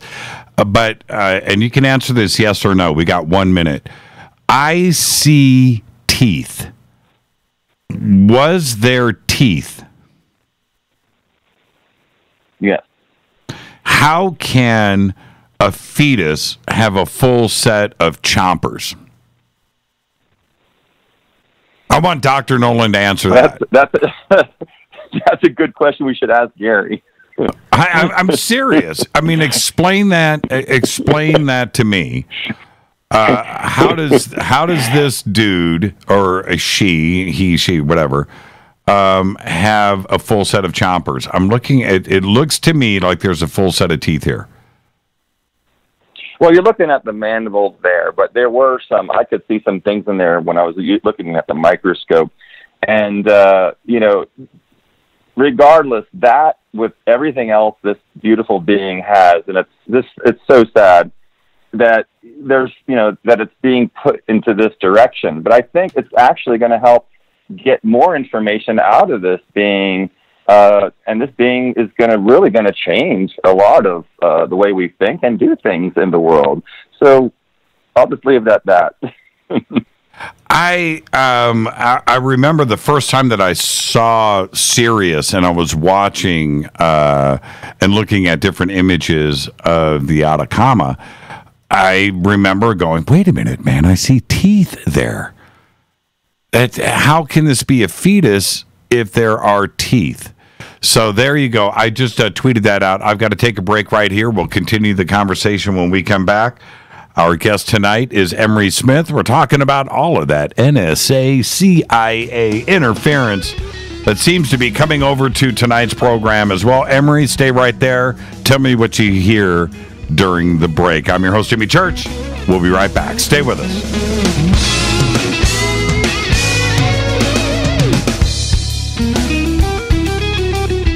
Hi everybody, this is Rob Halford, the Metal Guard on JimmyChurchRadio.com.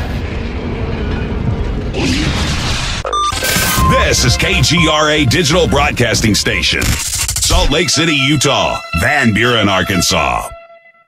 Okay, nurse, let's get this man to the ER stat. Right away, doctor. We see this every day. Heart attack or angina pain due to blocked and clogged arteries. Chelation can remove obstructions or blockages from arteries and help avoid painful and expensive surgery. Now there's Angioprim. It's a liquid oral chelation product that you take with juice. You start to feel the results fast. Angioprim increases blood flow all over the body, and that means more energy and strength to take on the day with less aches and pains. 60 years of research has gone into chelation, and Angioprim is the result. A safe and easy way to unblock your veins and arteries from buildup that slow circulation. Paging Dr. Jones. Please report to the emergency room right away. Log on now for a special radio offer from Angioprim. That's angioprim.com/radio. ANGIOPRIM. angioprim.com/radio or call 877-882-7221. That's 877-882-7221. So, you love talk radio? Then you'll love TalkStreamLive.com. TalkStream Live is always on, 24/7, with the best streaming talk shows. Find your favorite talkers and discover some new ones. It's free, readily available online or on any smartphone or tablet. Finding your favorite talk shows all in one place has gotten a whole lot easier. Just go to TalkStreamLive.com. Be sure to download the free apps from Google Play or the iTunes App Store. Your contact for current news and trending topics. KGRARadio.com. Hello, Fadernauts. This is Jimmy Church, and I'm introducing New Pharma, a company whose products are based on science. Human function based on the endocannabinoid system, or ECS. New Pharma firmly believes in this science, and their research indicates that support of the ECS provides the beneficial effects for a healthy lifestyle. New Pharma's science includes relief capsules for pain relief, sleep capsules, which are natural support for occasional sleeplessness. Foundation is support for your ECS, and Fit capsules support your active lifestyle. Just click on the banner at jimmychurchradio.com and use the promo code F2B for a 33% discount on all of their products. Or visit newpharma.com for all of the knowledge on the science. That's GNUpharma.com. Go Beckley Tappy. Did you know that when you're on the road with limited data or Wi-Fi available, you can still listen to every minute of Fade to Black by just calling 605-562-4482. No smartphone, app, or internet needed. It saves your data plan and no extra cost if you have unlimited minutes. Just call 605-562-4482. You can listen to me, Jimmy Church, on any phone, anytime, anywhere. Go Beckley Tappy.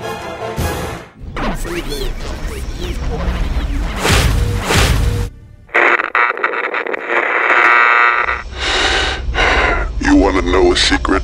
I love ponies. I really love ponies. I'm serious. I couldn't stay sane without ponies to brush. Why Fade to Black? Because you never got that pony, damn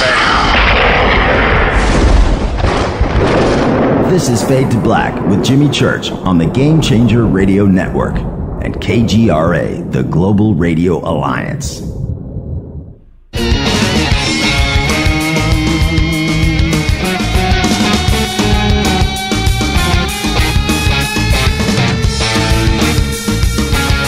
Welcome back, Fade to Black. I am your host, Jimmy Church. Our guest tonight, Emery Smith. He's back talking about what happened over at Coast to Coast AM this past Saturday, where somebody was running interference with our show over at Coast to Coast and Premier Radio. And we're getting the same kind of fun and games tonight, Emery, so let's just ride this out. And I wanted to ask you really quick, are you going to be at Contact in the Desert? Well, I'd like to go. I haven't been invited. I might just show up, of course. You know how I am. So that's the answer. May or may not be there. I would like to be there. Okay. Funding right now for me is really hard, so we'll see. Okay. Well, we'll see if we can make that happen. Okay. All right. So there's your answer. There's your answer. Okay. Next.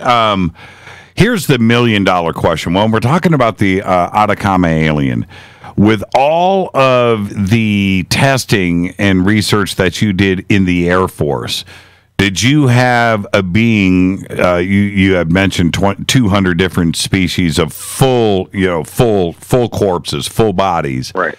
Did you ever have something come across? I was going to say desk, your table, that was similar to the Atacama. Yes, very similar. Mm-hmm. How so? Well, we had ones that with the same amount of bone density that were actually fully, formed, not a mummified, and they had a little bit of a scaly skin, and they had really large, beautiful eyes, But it had the same exact shape of the head, same body, 10 ribs. You know, it was the same thing, but it wasn't an 8-year-old. This was a much older because of the size. And you have to understand, I don't get to follow those beings once they leave the table to know too much more about, you know, where they came from, how they acquired it, and whatnot. But I can definitely assure you that the adults from these beings are around, 21 to 24 inches, and the teenagers are a little bit smaller, maybe around 12 to 18 inches. And then, and that's all the ones I've seen. This was one of the smallest ones, but we did have a few come in that were around the same size.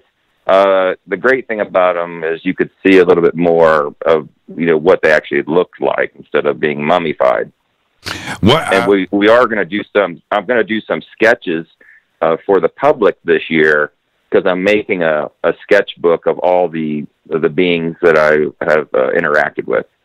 I keep picturing, because I see a fully developed body here with the Atacama, and I keep picturing in my mind's eye this 5 inches tall, right? 5 inches, sitting in the desert. 13 centimeters. Yeah, sitting on a little rock, eating a blueberry. Just like...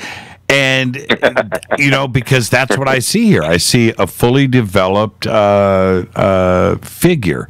And it was obviously walking around and doing things at one point. The other part, now let's go a little bit further out here.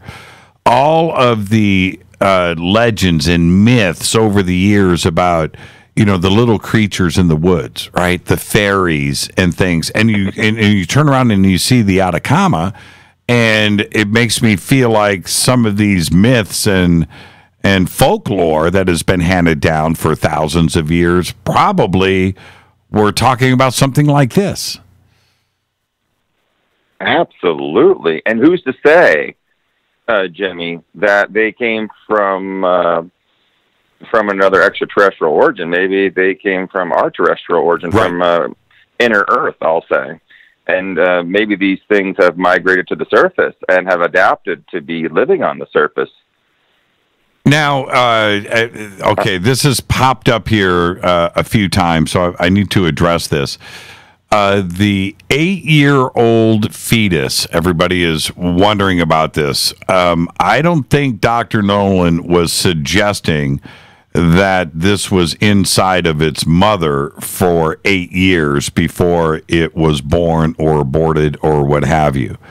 But what Dr. Nolan, I want you to clarify this for me. What he has stated was that this was a genetic situation that causes the fetus to age in the womb as if it was 8 years, and the bones form and everything, and it's an accelerated growth. Is that correct? Well, that's what he has said. Yeah, Progeria, and also, it's unlikely that this is the only being out there. I mean, it's so unlikely that this is the only being out there that has had this mutation, or several mutations actually, that no human has ever had that many mutations all at once. It's just a he's blaming it on the nitrates and the soil and where the person, the mother, was living. And this is another concept that's hard to grasp, and it may be just because I'm not that experienced with people living in these areas of that could actually do this. That's why it's so fascinating. But yeah, that's all I can comment on that one. Yeah, and so I just want clarification for everybody out there. This is what Dr. Nolan has said. Right. Okay. There was another part. I don't want to stay fully on Atacama. There's some other things I want to get to. But since you have handled this little guy or girl, the the formations, Greer said something about plates on the skull. I'm a little unclear on that, and Greer was, talking about specific bones and structure. Was there anything different? Because it doesn't look human to me. Is that not a human skull? What was he referring to when he was talking about plates and how many plates were there? Right. Well, what he's talking about is, and this definitely has human DNA, and a lot of extraterrestrials, and I'm going to get right back to this. A lot of extraterrestrials, have human DNA. A lot of humans have extraterrestrial DNA. So this is not something that's abnormal. What was abnormal is just the shape of the skull and the plates, and the fact that, I think a good point was that, if this was a fetus, you wouldn't have fully calcified, plated skull, because as you're being delivered, and I too can attest to delivering many babies, is that, it's very flexible, and it's very, it has a lot of cartilage also, but it's not all cartilage. It's just the bone hasn't completely formed yet. And that's important. So when the baby does come out of the uterus and out of the body, that it can bend and flex without breaking all the bones. But it's not too much longer once the baby's born that it starts to, calcify and fuse. The plates of the head are actually fused. And as everyone knows, when babies are born, they're not really fused together.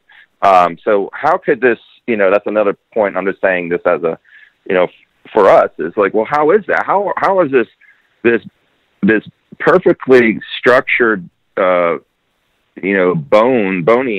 being that would normally take 8 years for that type of calcification to form, according to the docs, come right out of, a womb or be an unborn fetus?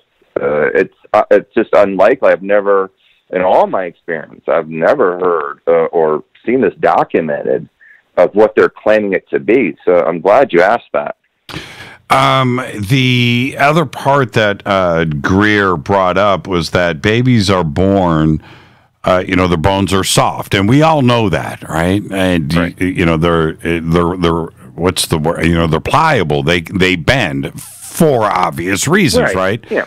And then you, right, like I just said, yeah. Right, and the Atacama, it looks to me, it doesn't look like those thick baby bones. This looks like it just looks grown to me, and I don't know why everybody keeps throwing around 8 years old. This thing could have been, to me, it could have been 30 years old. It just looks like a little human. Well, they're basing that, Jimmy, off of the bone plates, because the bone plates, start fusing, after the age of 13 sometimes early. And that means those epiphyseal plates that are on your joint, that's where you grow. That's where people get these, kids get these growing pains, because you're growing there so quickly. And you have, these cells called osteoblasts and osteoclast cells, which help mold that. And with this being, and which also showed, which no one talks about this, but I have a great 3D printed specimen of this, where you can see all the different lobes of the brain and a little bit inside. And I don't mind sharing with you another photo I have, which is which I can send you right now, which is the CAT scan of the actual skull. So we can see the mandible. You could see possibly a tooth here or there, and you could see and I'm not Dr. Lockman, orthopedic specialist by far, but I've worked with this for many, many years, and it's a really compelling shot. And I'm going to send that over to you so you could show all the listeners, and they can do what they want with it. But you're right. So getting back to what you're looking at, and that's why every physician who's ever seen this, upon first seeing it, is saying, there's no way this is human. And, it's a very astonishing thing for a scientist to first look at this and hold this and actually do testing on it. Looking at the x-rays, we did MRIs, we did CAT scans, we have all these amazing documentation about it, which has not been released to the public yet, which I find kind of interesting. Like maybe they're prolonging the release of this. And well, okay, and I just have now, a couple of a very important point was just made here, which is, did you review the paper before it was released? Because you are listed as author. I'm listed as one of the authors. I'm not the single author. It says something on there. I read it. Of course, I've read it weeks before it came out. I had Dr. Gary Nolan had sent it to me to proofread and look over and, just to be nice and say, hey, this is what we're going to be doing. He goes, I am putting your name on this, of course. I was the one who wrote the protocol for them of how the specimens were obtained and things like that. And I think it did list down there. Of course, I was there taking all the photos, assisting with the MRIs and CAT scan and whatnot. And, I'm the one who actually, took the actual specimens, from the being. So yes, I had to be put on that paper for those reasons, because they wanted to know, like, who was part of that. And, Greer's also listed on there, and a few other people, I think, that were part of the movie. But no, I did not see it specifically say that, Jimmy. So, okay. Excuse me for not knowing every single part of that entire paper.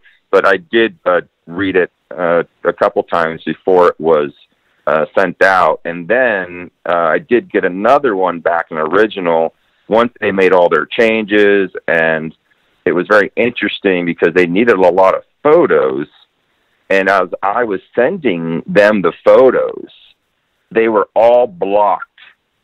So it was a big deal because the paper actually was postponed being released because they needed more high-resolution photos. But for some reason, all the photos I had put out there on the cloud and Dropbox and other, high-security ones, I'm just saying those names, it wasn't those, but other Dropboxes that we use in this type of thing. And a few times it was frustrating. I tried to just email and text it, and it would not be accepted. They could not accept it.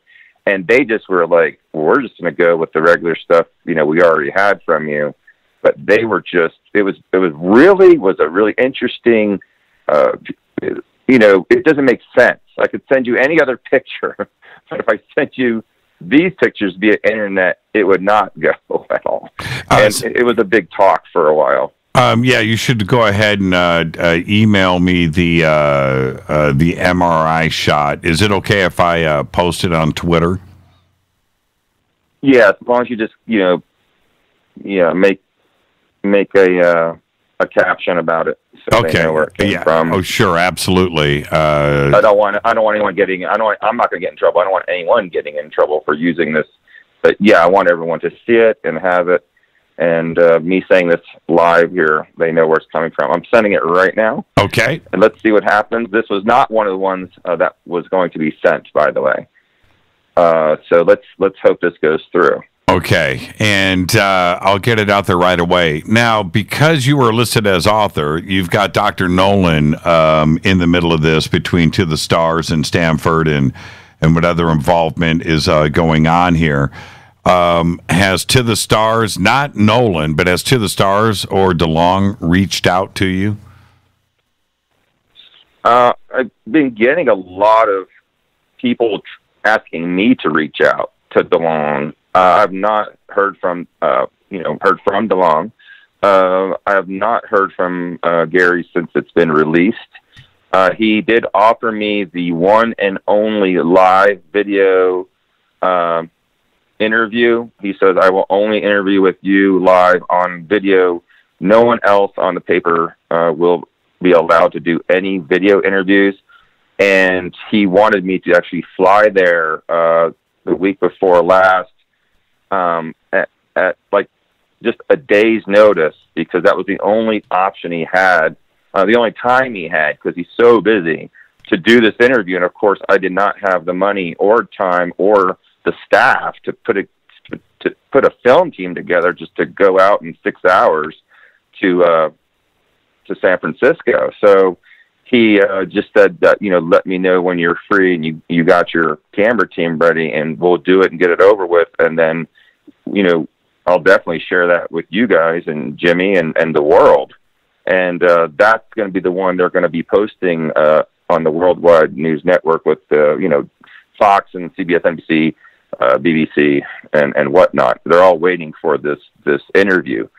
Now, if he has done something since then, please let me know, guys, if there was any other video, because this is going to be like an exclusive thing, which I can't wait to share with everyone. I will be asking you, Jimmy, and other members of our team, please let's get our questions ready of what everybody would like to know, because this is a one-time deal shot. And now that all this is breaking through, I hope that didn't change, Gary's mind of moving forward with this, because this is going to be the big groundbreaking time for him to explain a lot of this stuff and get it out in the open and answer everyone's questions. And I think we'll learn a lot from this interview. And now I'm looking at the MRI. Everybody, it is up on Twitter. So it is there for everybody to take a look at and review. I'm looking at this image, Emery, and I am blown away. Thank you. That how can Gary Nolan say that is human? That just doesn't make any sense to me. Now, can you explain? To me? Can I say one thing? Yeah, quick, because we're going to head towards a break. Looks like we're going to be doing overtime tonight. Okay, take your time, Emery. The DNA he reported was the DNA that that he tested. What is in this bone structure in this MRI? It looks to me, is it cartilage or are those horns? Those are all calcified bones of the skull. You're seeing the orbital bone coming up around. Those are not horns. That's where the eyes actually are.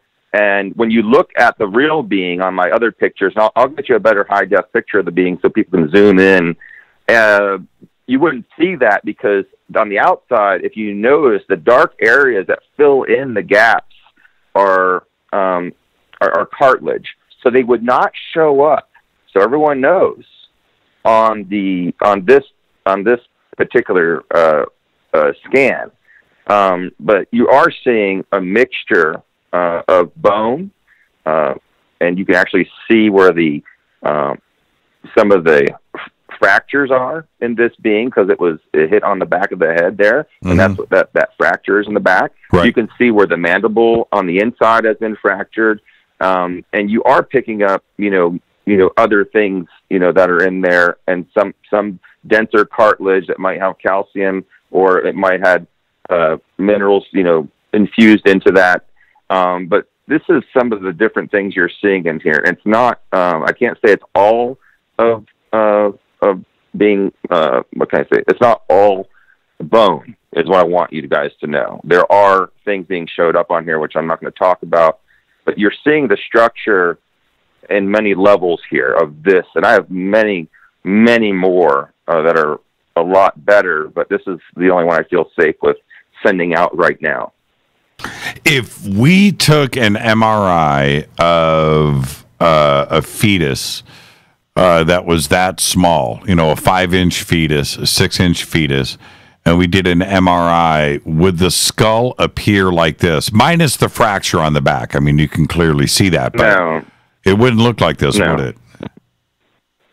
No.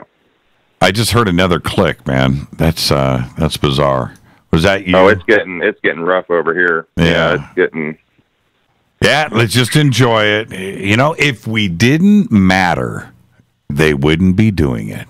right? That's the only way to look at it. This MRI is fascinating, and I get so creeped out. I mean, from the very first time that I saw the Atacama, it just didn't compute. So the other thing I have to ask, and we've got 3 minutes. So there's your time limit. You've got 3 minutes. I know that there's the Russian being, and there's a couple of other similar type, but if this was something that was a typical medical thing that was happening, wouldn't we have evidence and documentation of other examples of this type of genetic, change? No, of course not. No, this is because, remember, this has, according to the paper and all the testing done, genetic-wise, it has all these mutations. So it's so different. Remember, this is what we're getting back to now. This is the out here for them is like, well, of course it's different. It has all these different mutations. It actually has more mutations than any other human on the planet. So it's going to look different. It's going to have all these, horrible bone diseases and cancers and tumors and all these different things going on with this one being. And, who's to say until we get the right testing? I could just tell you, well, this doesn't look like the humans I've operated on in the past at all, and this doesn't look like a lot of the things I've been involved with. So it's a little different. But we're talking about the experts here who wrote this paper. I'm not a geneticist by far, so all I can say is this is something I've never really witnessed or experienced before in a human. I got to take a break right here, so let's go ahead and get that out of the way. And I'm going to give you this question. You can think about it during the break. When was the last time that you had a contact with Dr. Greer? Just hold the answer. We'll get that when we come back. This is Fade to Black. And, of course, the follow-up question would be, did you guys have a falling out? Are you guys cool today? Would you go to dinner with Dr. Greer tomorrow, Emery? Think about that. Answer that after the break. This is Fade to Black. I'm your host, Jimmy Church. Of course, that question comes in from You Can on Twitter. We'll be right back.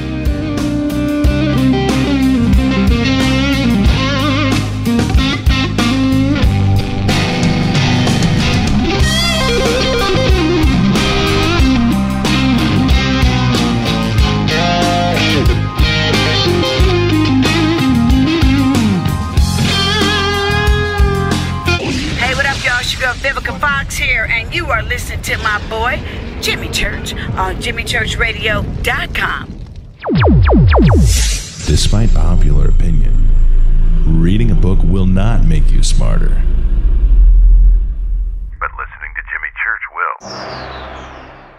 So you went to dinner last night, you had your favorite pasta. Ugh. Or maybe you had a heavy, spicy meal and it left you. Ugh. GetTheT.com. Maybe you mowed down a huge steak and your plumbing is all plugged. Ugh. GetTheT.com. Our super strength tea will take care of your occasional. Ugh. It's all organic and non-GMO. Get rid of ugh. We have so many great supplements, but our super tea is number one. GetTheT.com. That's GetTheT.com.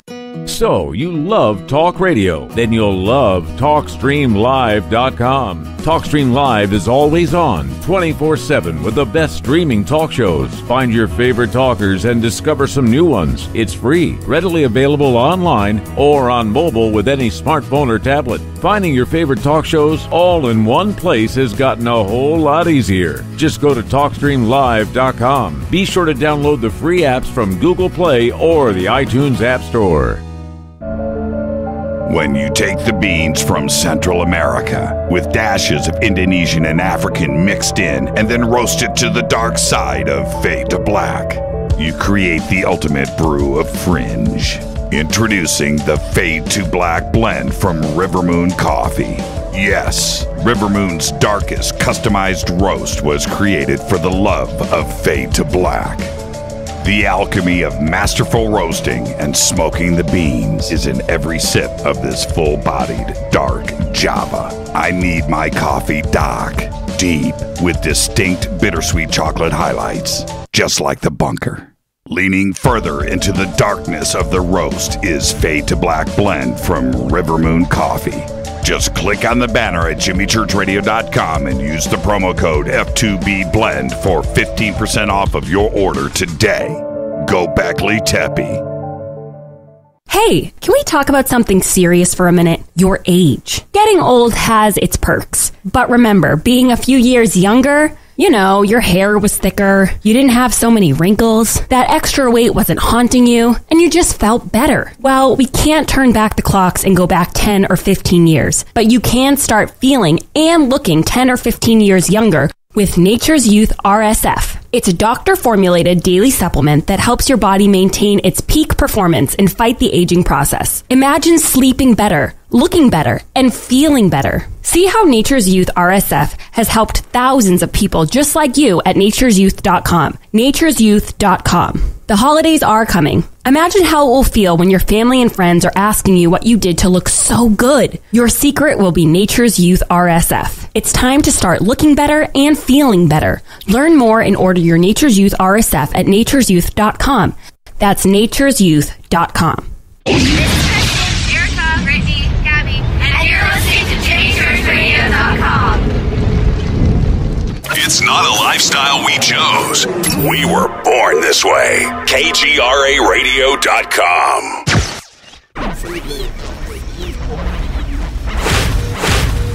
This is KJCR at JimmyChurchRadio.com.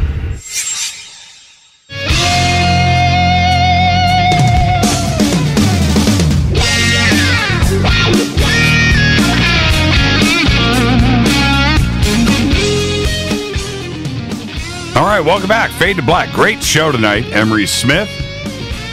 Got to thank him for coming on. This is my third show with Emery in like a week. Man, Emery, we got to stop. Yeah, we got to stop meeting like this. Okay, back to Dr. Greer and the question that was just posted in Twitter. Our audience pays attention. You know, they know what's going on out there. And what I found interesting is when Greer did everything that he has, stated about Dr. Nolan, he hasn't mentioned your name once. And so there you go. Are you guys cool? Yeah, we're cool. Everything's fine. I met him at Contact in the Desert last year, and we haven't been out to eat or anything anytime soon. But if they do arrange that, they're going to have two big, huge security teams and a private jet, and they better have some good food for us because we love to eat. Okay, and that's one of our old pastime favorites. So thank you. So the question was, did you guys have a falling out or anything like that? Again, nobody knows anything but on the inside, but you. But that's no. After I helped do the Cirrus movie, I had other endeavors I had to go in on and do some other things. So I think people were looking at it as there are people. C-Study members and everyone that know, pretty much everything about me and everything about Greer and all the amazing things that, as a team of how we work together. And it was amazing. And I wish I had, I was paying for it all myself. So everyone needs to know, I invested, I volunteered for C-Study as vice president for 7 years. I was not getting paid for that position. I've never been paid, to do anything. It was all volunteer work. I did the whole 2 years of the movie volunteer. I put over $350,000 into the project and my time. It was even more expensive, but I never charged for that. So when I started getting low on funds, ever since I started dealing with Zero Point Energy and extraterrestrials and helping, Greer with volunteering with Greer and everything, I started getting more and more attacks, and I had to, take care of my family. My mom came down with cancer, and So I was going through a lot of stuff where I had to come back to the home and not, because, you know, there's a lot going on during that time. And, you know, I had a great business back then at that time, which is now being stripped away from me, which I'm very upset about, because a lot of my colleagues, families, and friends, I pretty much, if they didn't die already, I lost everyone. And it was because no one wanted to be associated with me, because I was talking about extraterrestrials and started coming out more and more. And especially when I started working with zero-point energy devices in our lab, and I had to shut that down. And that's why I recently was attacked while trying to transport that thing. So there's a lot of these things that were going on, and I think people just need to realize that I had other things that I had to go take care of. And that's basically what was happening. Okay, so you and Dr. Greer are cool. You just mentioned your mom and cancer.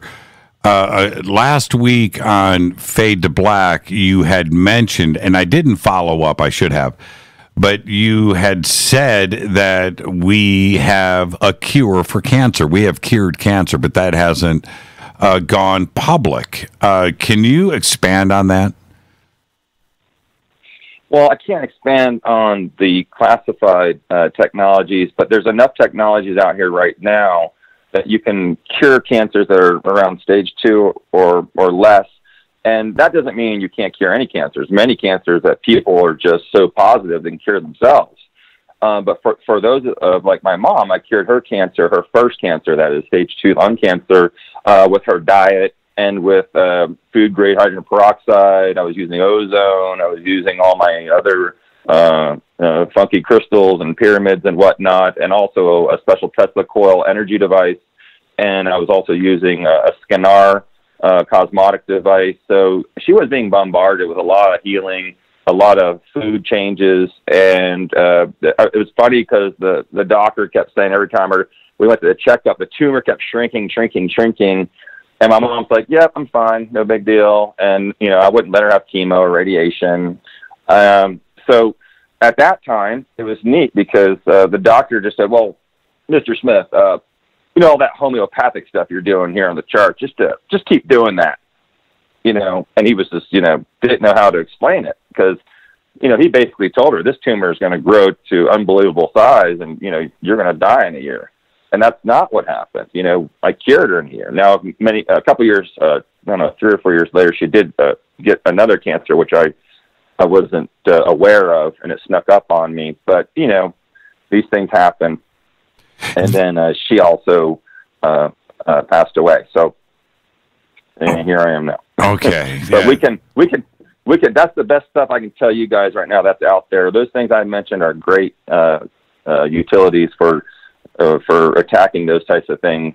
And maybe at a later date, you know, we'll try to get these other things out that I want to invent. And I have that's what I do. I'm an engineer with making these types of devices that cure all sorts of things. But since my lab got taken away, just because of funding and things, I've been dead in the water for 3 years now, because of my recent lawsuit right now.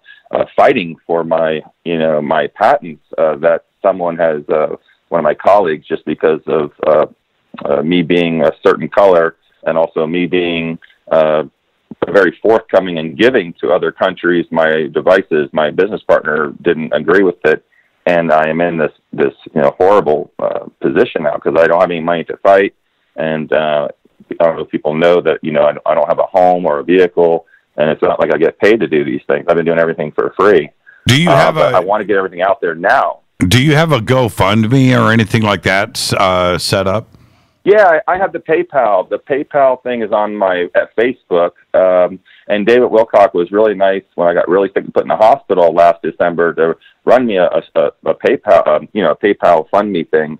And that's all I have right now. I don't have a GoFundMe, but the PayPal, if anyone wants to help out, I'd be very appreciative, and it's the Emery Smith 72 PayPal, and you can find it on my Facebook, and I do believe it's on the Twitter and my webpage. It's on your webpage. Okay, so we have the links up for all of that over at JimmyChurchRadio.com. Absolutely. If anybody wants to go help out Emory, you can go and do that. And thank everyone else that's already helped. Yeah, absolutely. This question just came up from Deuce Guy, and I totally agree with this question, which is going back to the MRI. If the jagged edges that look like saw teeth along the cranial plate, the jawline, and the neck are actual features of the being or aberrations in the MRI imaging. Yeah, it could be. I don't have it up on my computer right now. I'll have to look at that more precisely, because it could happen that way, where you have these reflections when it's being shot. But most of the stuff you see there is the actual section of that being. It's a scan of that entire skull of what it actually looks like on the inside, so we could see how the inside layers of the skull, because there's a couple more layers that are, if you look at the pictures, like in the study, you see a smooth skull, you see this beautiful cheek jawline. You don't see the inside, of that being, of how it's actually formed. And that is what's so compelling. The brain on the inside had, there was a lot of, overgrowth of this brain, which might not be, wow, did you hear that? It might not be the overgrowth of the, it might not be a mutation. It might be just how this species is. But this bone growth does go to the inside and splits up the lobes, and that's what you guys are seeing there. The rest is actually the densest part of that skull. It's fascinating to me, because I also picture what would be happening here if there was skin. And you know how they do the reconstructions, right, of mummies and skulls. What do you think we would see here if there was skin? Yeah, we're really all on top of that. We're just looking for some funding to do it. We got all the Hollywood guys ready to do this. With the new 3D printing, the way I printed this one I have here at home, we can do the same thing and blow it up to our size, and then we can actually, have the skin. Like I told you, this being did have a scaly type skin of the one that I've seen before, that I think is the most similar. Now it has been such a long time, so everyone knows, this is in the early 90s that the last time I saw this particular species. So, we're really excited to do that, because like they do with Cro-Magnon Man on Discovery Channel on National Geographic, I want to do that right now. We have the ability to do it right now. If one of these corporations or someone wants to, help me out with that. That's one of the other things we want to talk about is, we can also talk about where it came from and try to decipher how it would live. And because of our, not just myself, but other scientists that were working in the projects with me that are coming out, are really interested in, like, let's show people, like, when we go back to the dinosaurs and show how they live, let's go back and recreate what it may have looked like if it was an extraterrestrial from, another planet. And there's also, one of the most glaring things, I think, for all of us, aside from the overall appearance of the Atacama, is the rib count. Right. I have to just stop and go, wait a minute here. Now, how common is different ribs in humans? Well, I know Greer spoke a little bit about that. I'll just refer you guys back to that. It's not a common thing. Now it is in my line of work. It was very common, but it's not common in humans. I don't have a projected number for that. That's for sure. So I couldn't tell you. And now, what about 5 fingers, 5 toes on this little guy? Right? Yes. It was okay, but were there any other differences? What about the shoulders? And how many bones in the shins? How many bones in the forearms? Was all of that normal? Yeah, that was pretty normal. I mean, just the shape and the bone structure was different. Nothing's really normal. I mean, if you put this skeleton, which I would like to do next time for you guys, which I can probably do that on the computer somehow. If we could put the skeletons next to each other, I think that would be a good show to go down and show everyone like all the differences. Because just to answer that and just, on this episode, we're not doing it due justice because there's a lot going on with this being that's not talked about, if you know what I mean. Yeah, and I think, go ahead. Yeah, because I see only one bone in the shins. I see one bone in the forearms. I don't see two.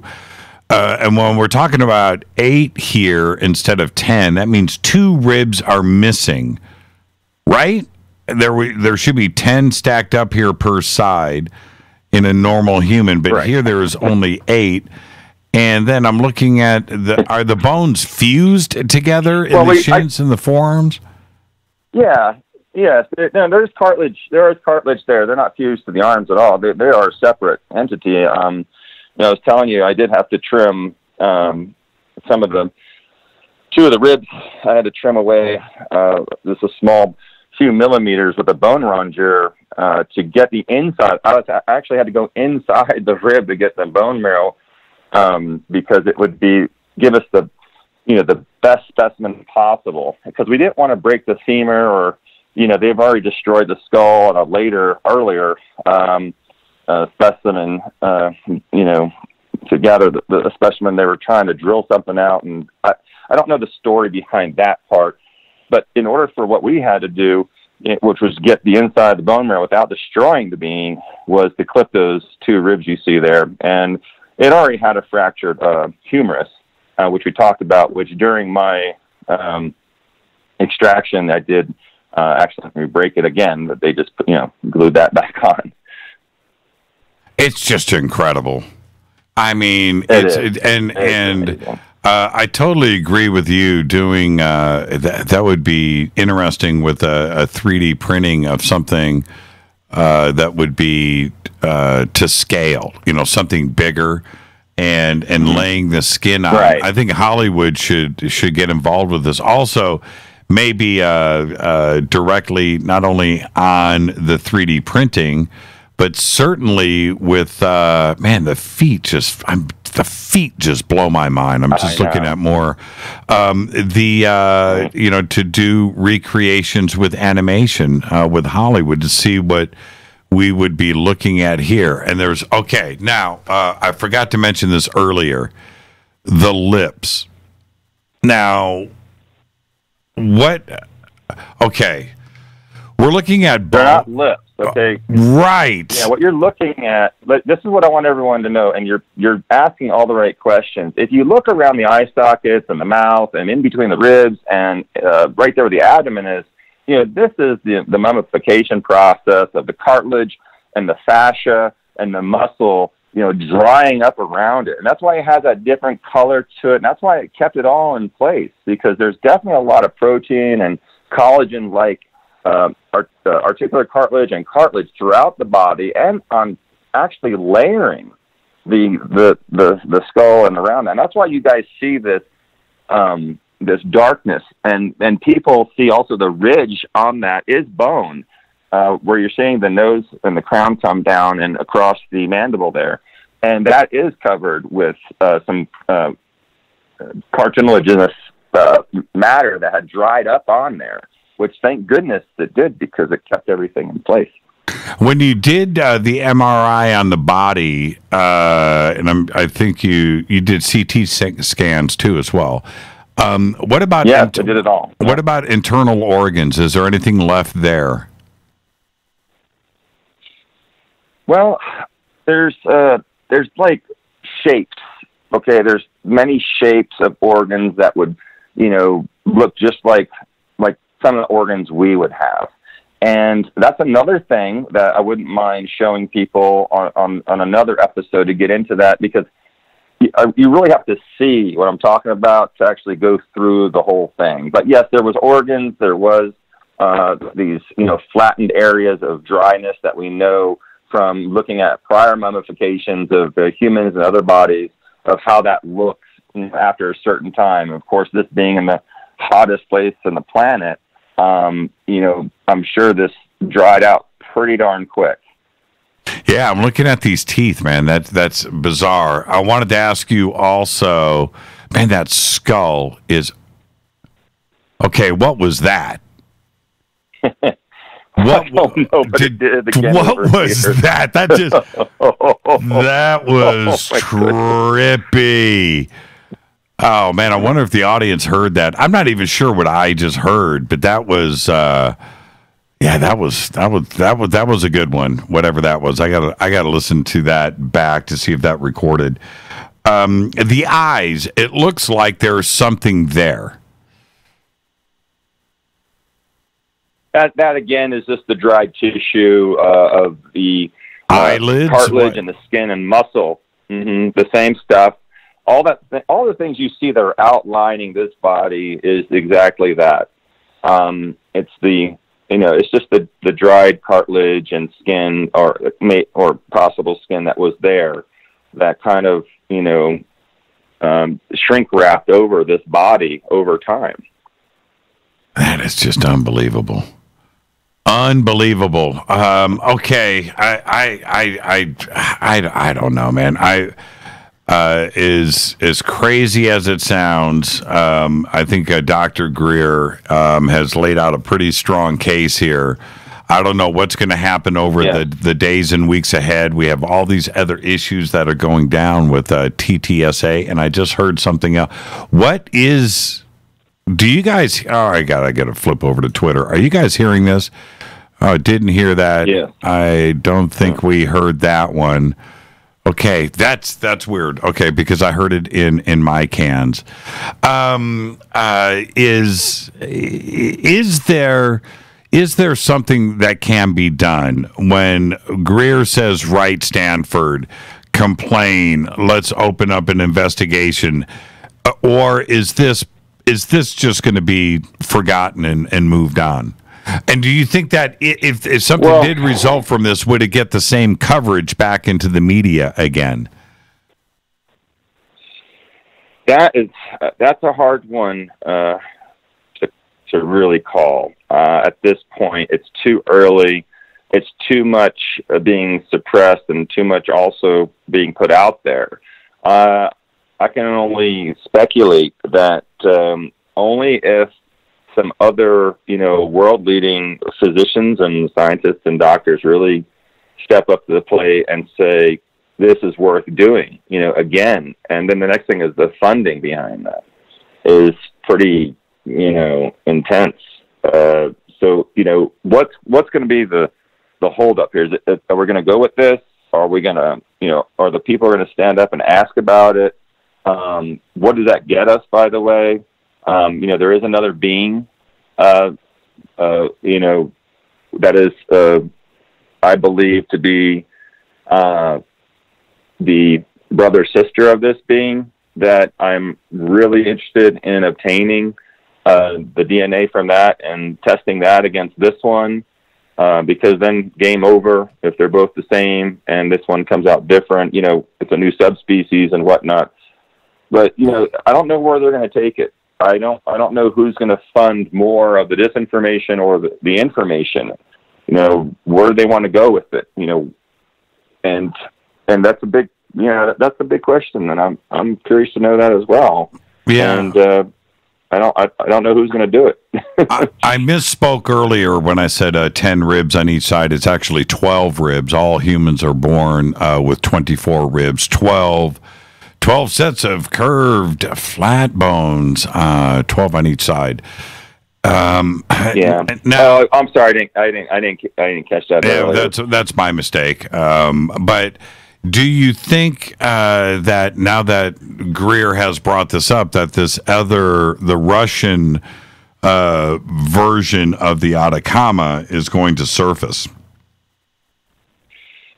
Yeah, I mean, I just hope that Greer has the intelligence people in place to get Japan actually is holding the best footage of everything. I don't know if they've been infiltrated yet or not, but that would really help out upon examination of really good footage. We can reproduce that just with footage from 3D printing and all sorts of amazing things to compare to this being.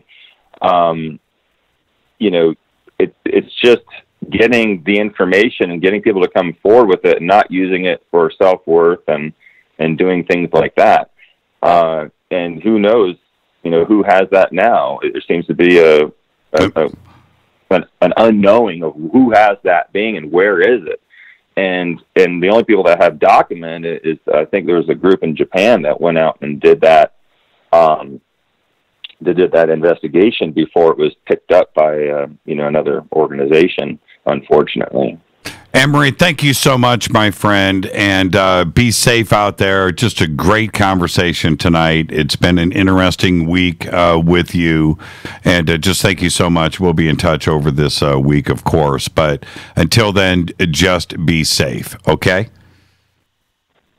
Thank you. Thank you, Jamie, very much. Thank you, everyone. Absolutely. Thank you so much, Emery. And all of Emery's stuff, as I roll credits here, all of his information is right there at jimmychurchradio.com. His Facebook page, of course, his Twitter page is up, and his website is right there at jimmychurchradio.com, and you can go and click.